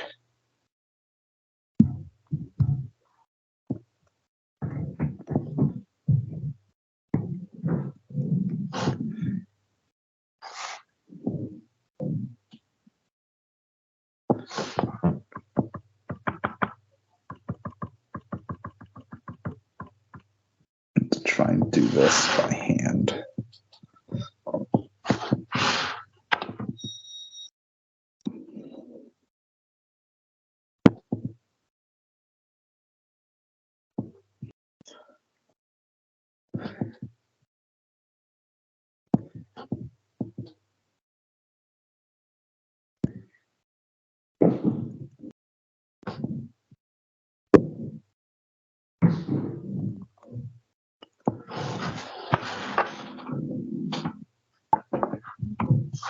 All right, normally at 0, we'd be 0, but now it's pi over 8, we're at 0, so it's going to be right here.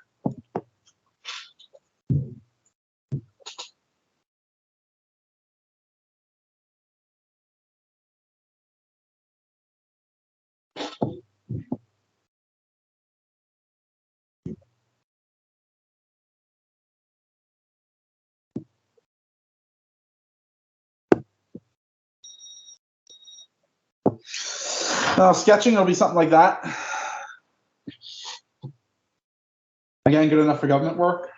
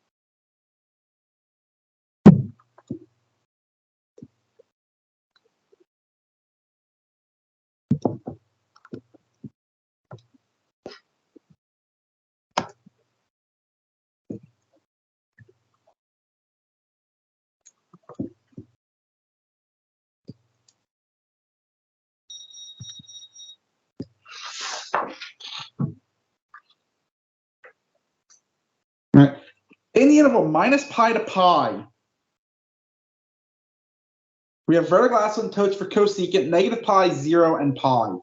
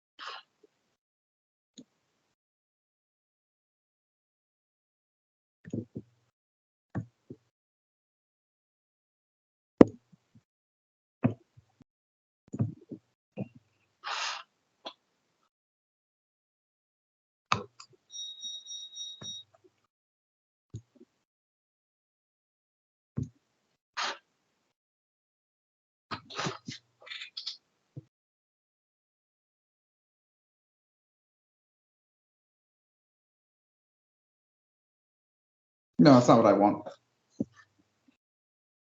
Scratch that. Scratch that. So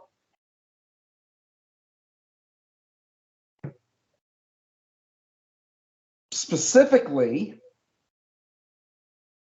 I think I don't actually want that. I don't care about the interval minus pi to pi. What I care about is this.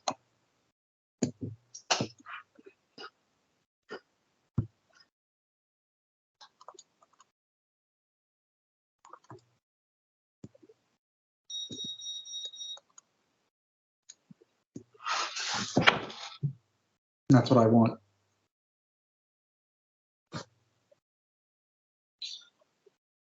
Cosecant has an asymptote at every whole multiple of pi, right? 0, pi, 2 pi, 3 pi, 4 pi, and then all the negatives, right? It's whenever sine is equal to 0.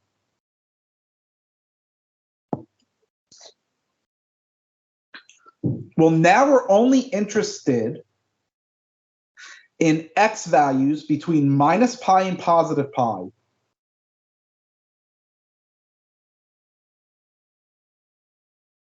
That make 2 times that value equal to some multiple of pi, right? So here's what we're going to do.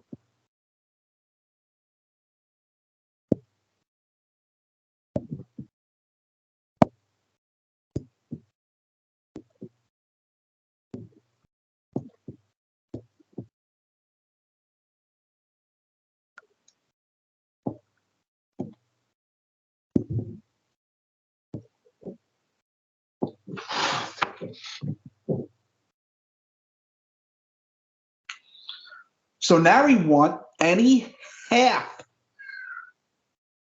multiple of pi, or we want any multiple of pi over 2. So multiples of pi over 2 between negative pi and positive pi.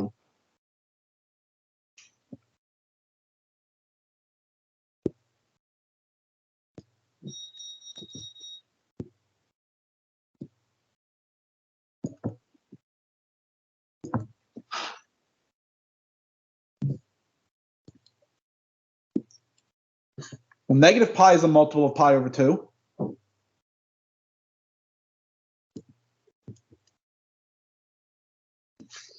So it's negative pi over 2. So is 0. So is pi over 2. And so is pi.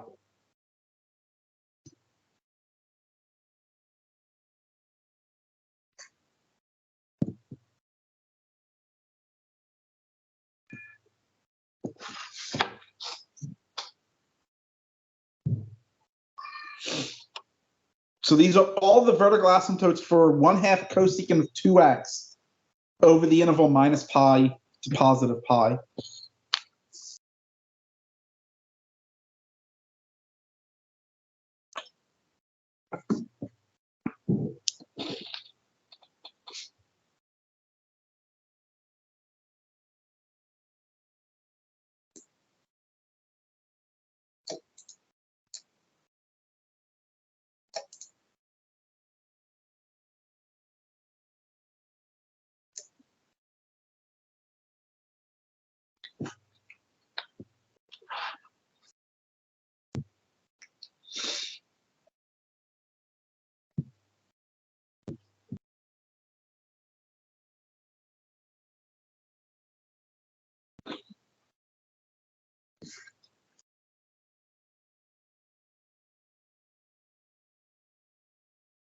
Write the expression cotangent of x over cosecant of negative x in terms of sines and cosines.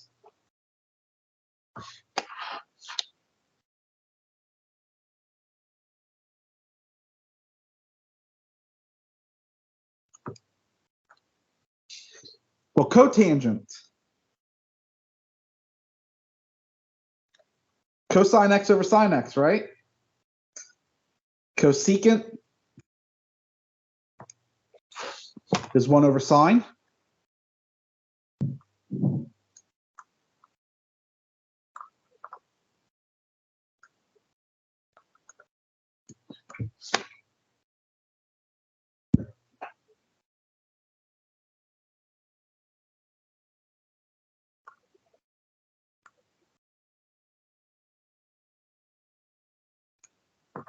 Remember, sine is odd, so we can write sine of negative x as negative sine of x.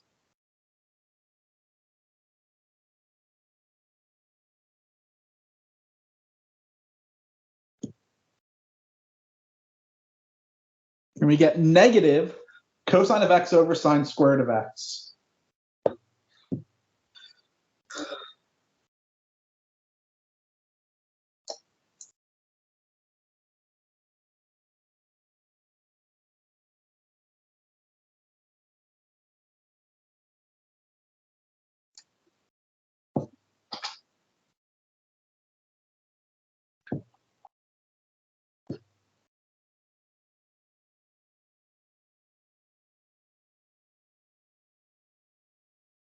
I'm going to find this exact value. All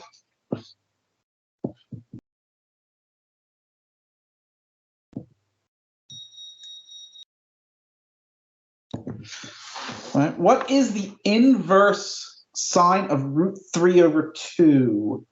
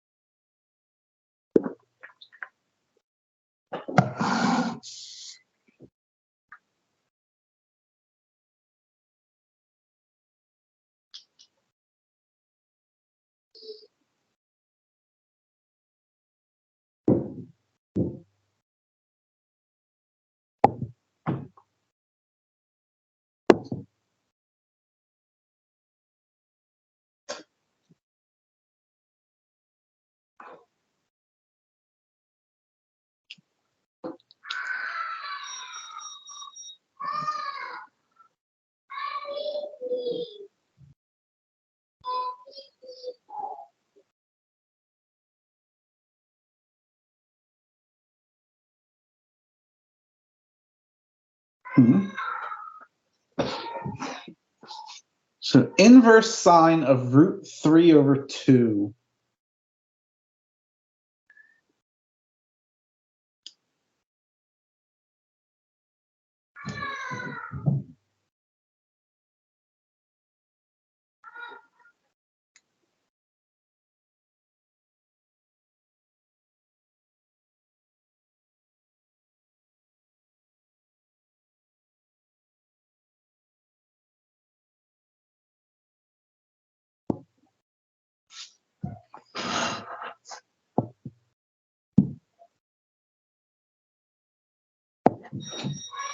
It's pi over 3.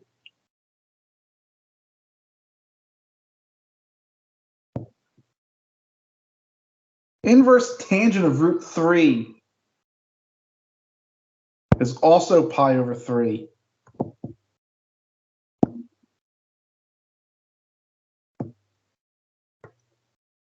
So we're looking for the cosine of 2 pi over 3, which is negative 1/2.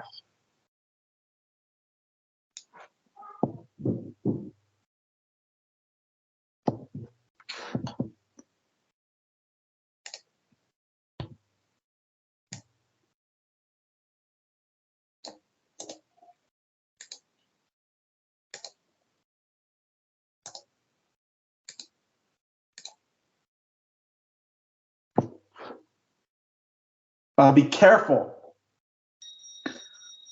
Remember the range is minus pi over 2 to pi over 2. So does the angle from minus pi over 2 to pi over 2 where sine is equal to root 3 over 2.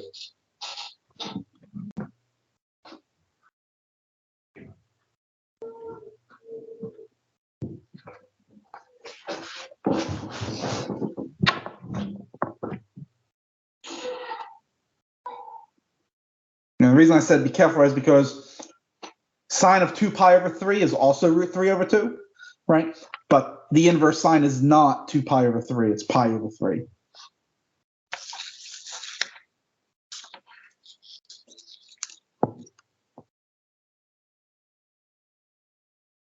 So we're going to find this exact value. Well,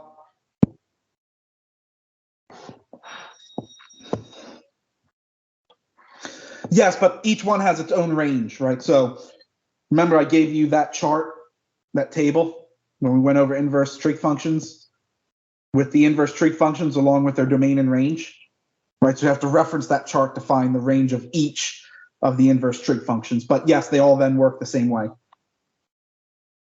It's the angle within that range where the trig function equals the specific value, right? So in this case, it'd be the angle in the range of inverse tangent where the tangent is root 3.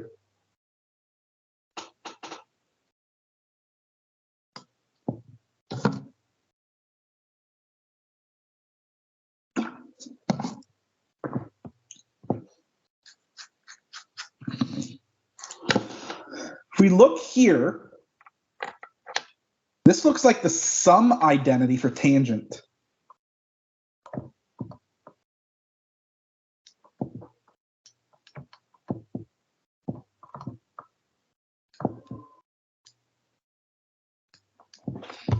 So this is actually tangent of 45 degrees.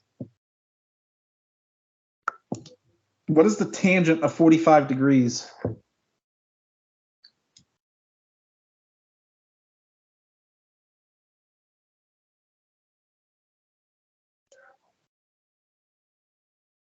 It's 1.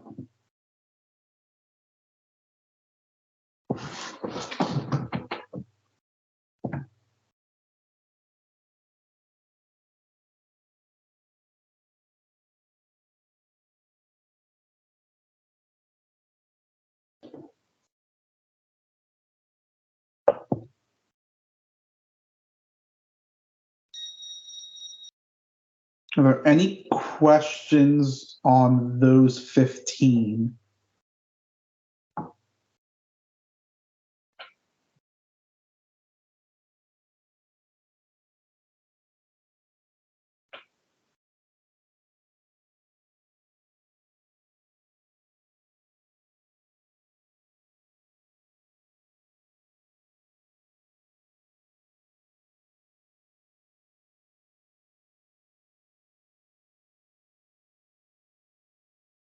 No. Okay.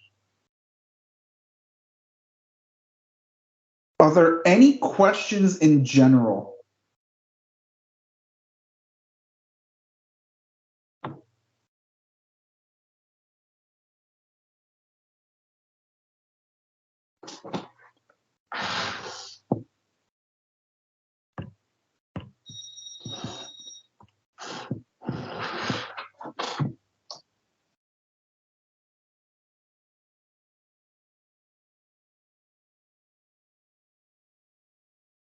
No. Okay.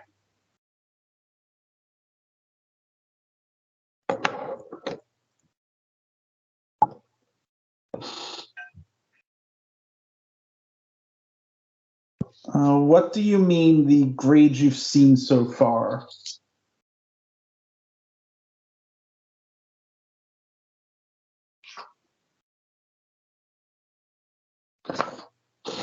Are you talking about the course averages I posted? Yeah, so that is with the weightings. Right. So those would be the grades that if the semester were to end, right, at that point after the unit, that's what you would be assigned.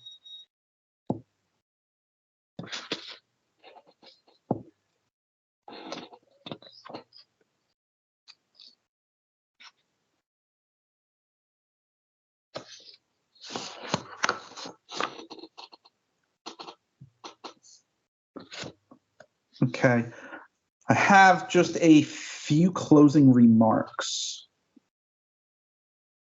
All right. So first,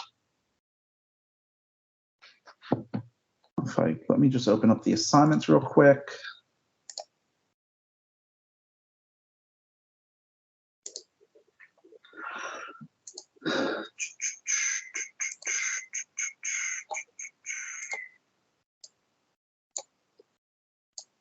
So everyone, except for one person, has submitted the course agreement and the academic pledge.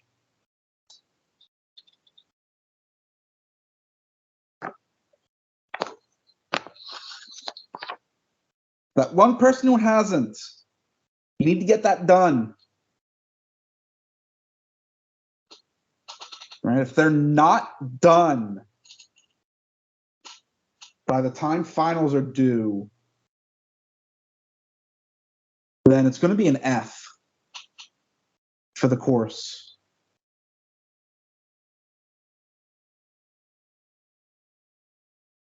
And I'll send out another message. I've already been sending out messages for those who either haven't done it or needed to revise it. I'll send out another message either tomorrow or Wednesday to remind you.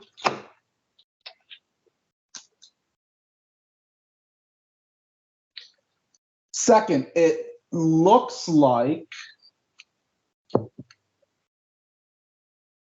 I won't be able to grade the 5th test until Wednesday morning.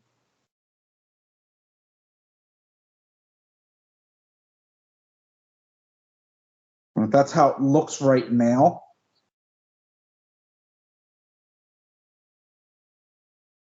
I will try to get it done tomorrow, but it's not looking promising. But definitely Wednesday morning it will be graded. And obviously then solutions for test 5 will then be posted. So by Wednesday morning, you'll have test 5 graded and solutions posted. After that, there's just 2 more assignments left. Both are due at the same time, right? You just have the final reflection, so term reflection. And then you'll have the end of term exam. The end of term exam will post Wednesday at midnight. And it will be due Thursday before the end of the day. Right. And again, there is a 15-minute grace period. So by 12:15 Friday morning.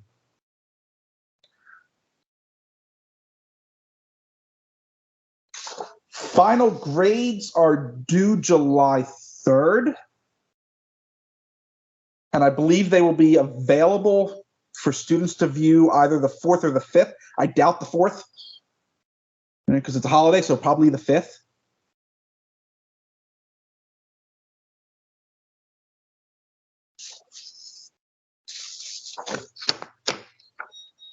I will not post solutions to the final exam.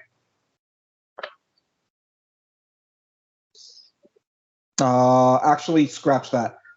I might. I'm still thinking about it.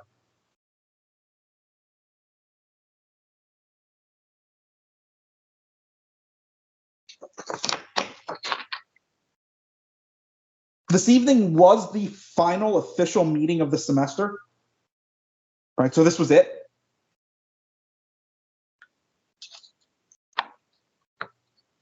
I will, however, try to make myself available on the 28th and the 29th at the same time. So you could drop in with questions on the final.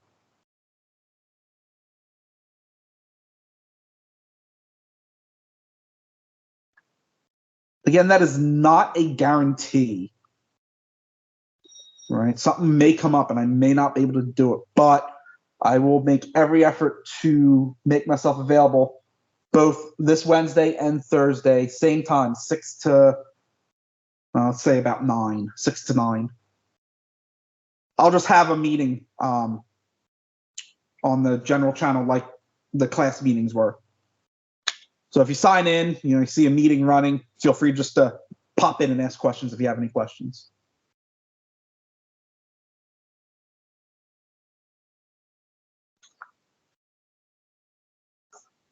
So with the finals being due essentially Friday morning,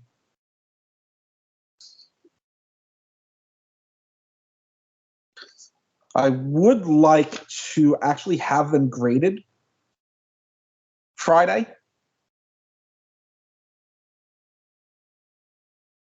So that is my goal, to try and get them all graded by Friday. So you should at least be able to see what your grade is before the college decides to post them. So I will try and do that as well. It was a rough 5 weeks, right? But we made it.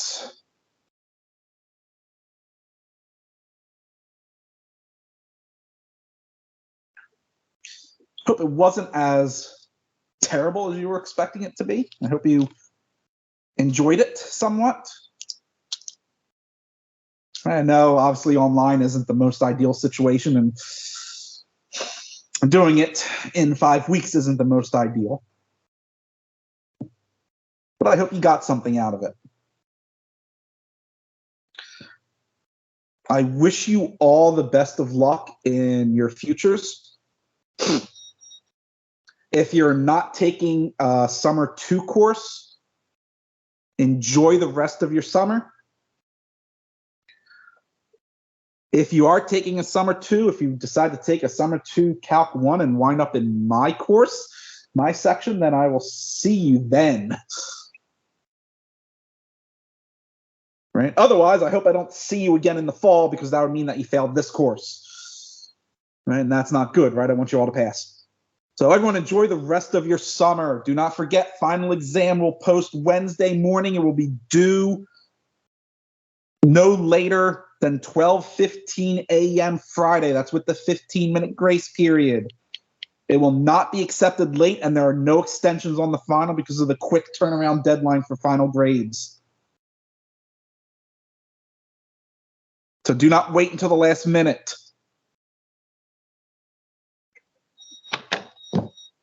Have a wonderful rest of your summer.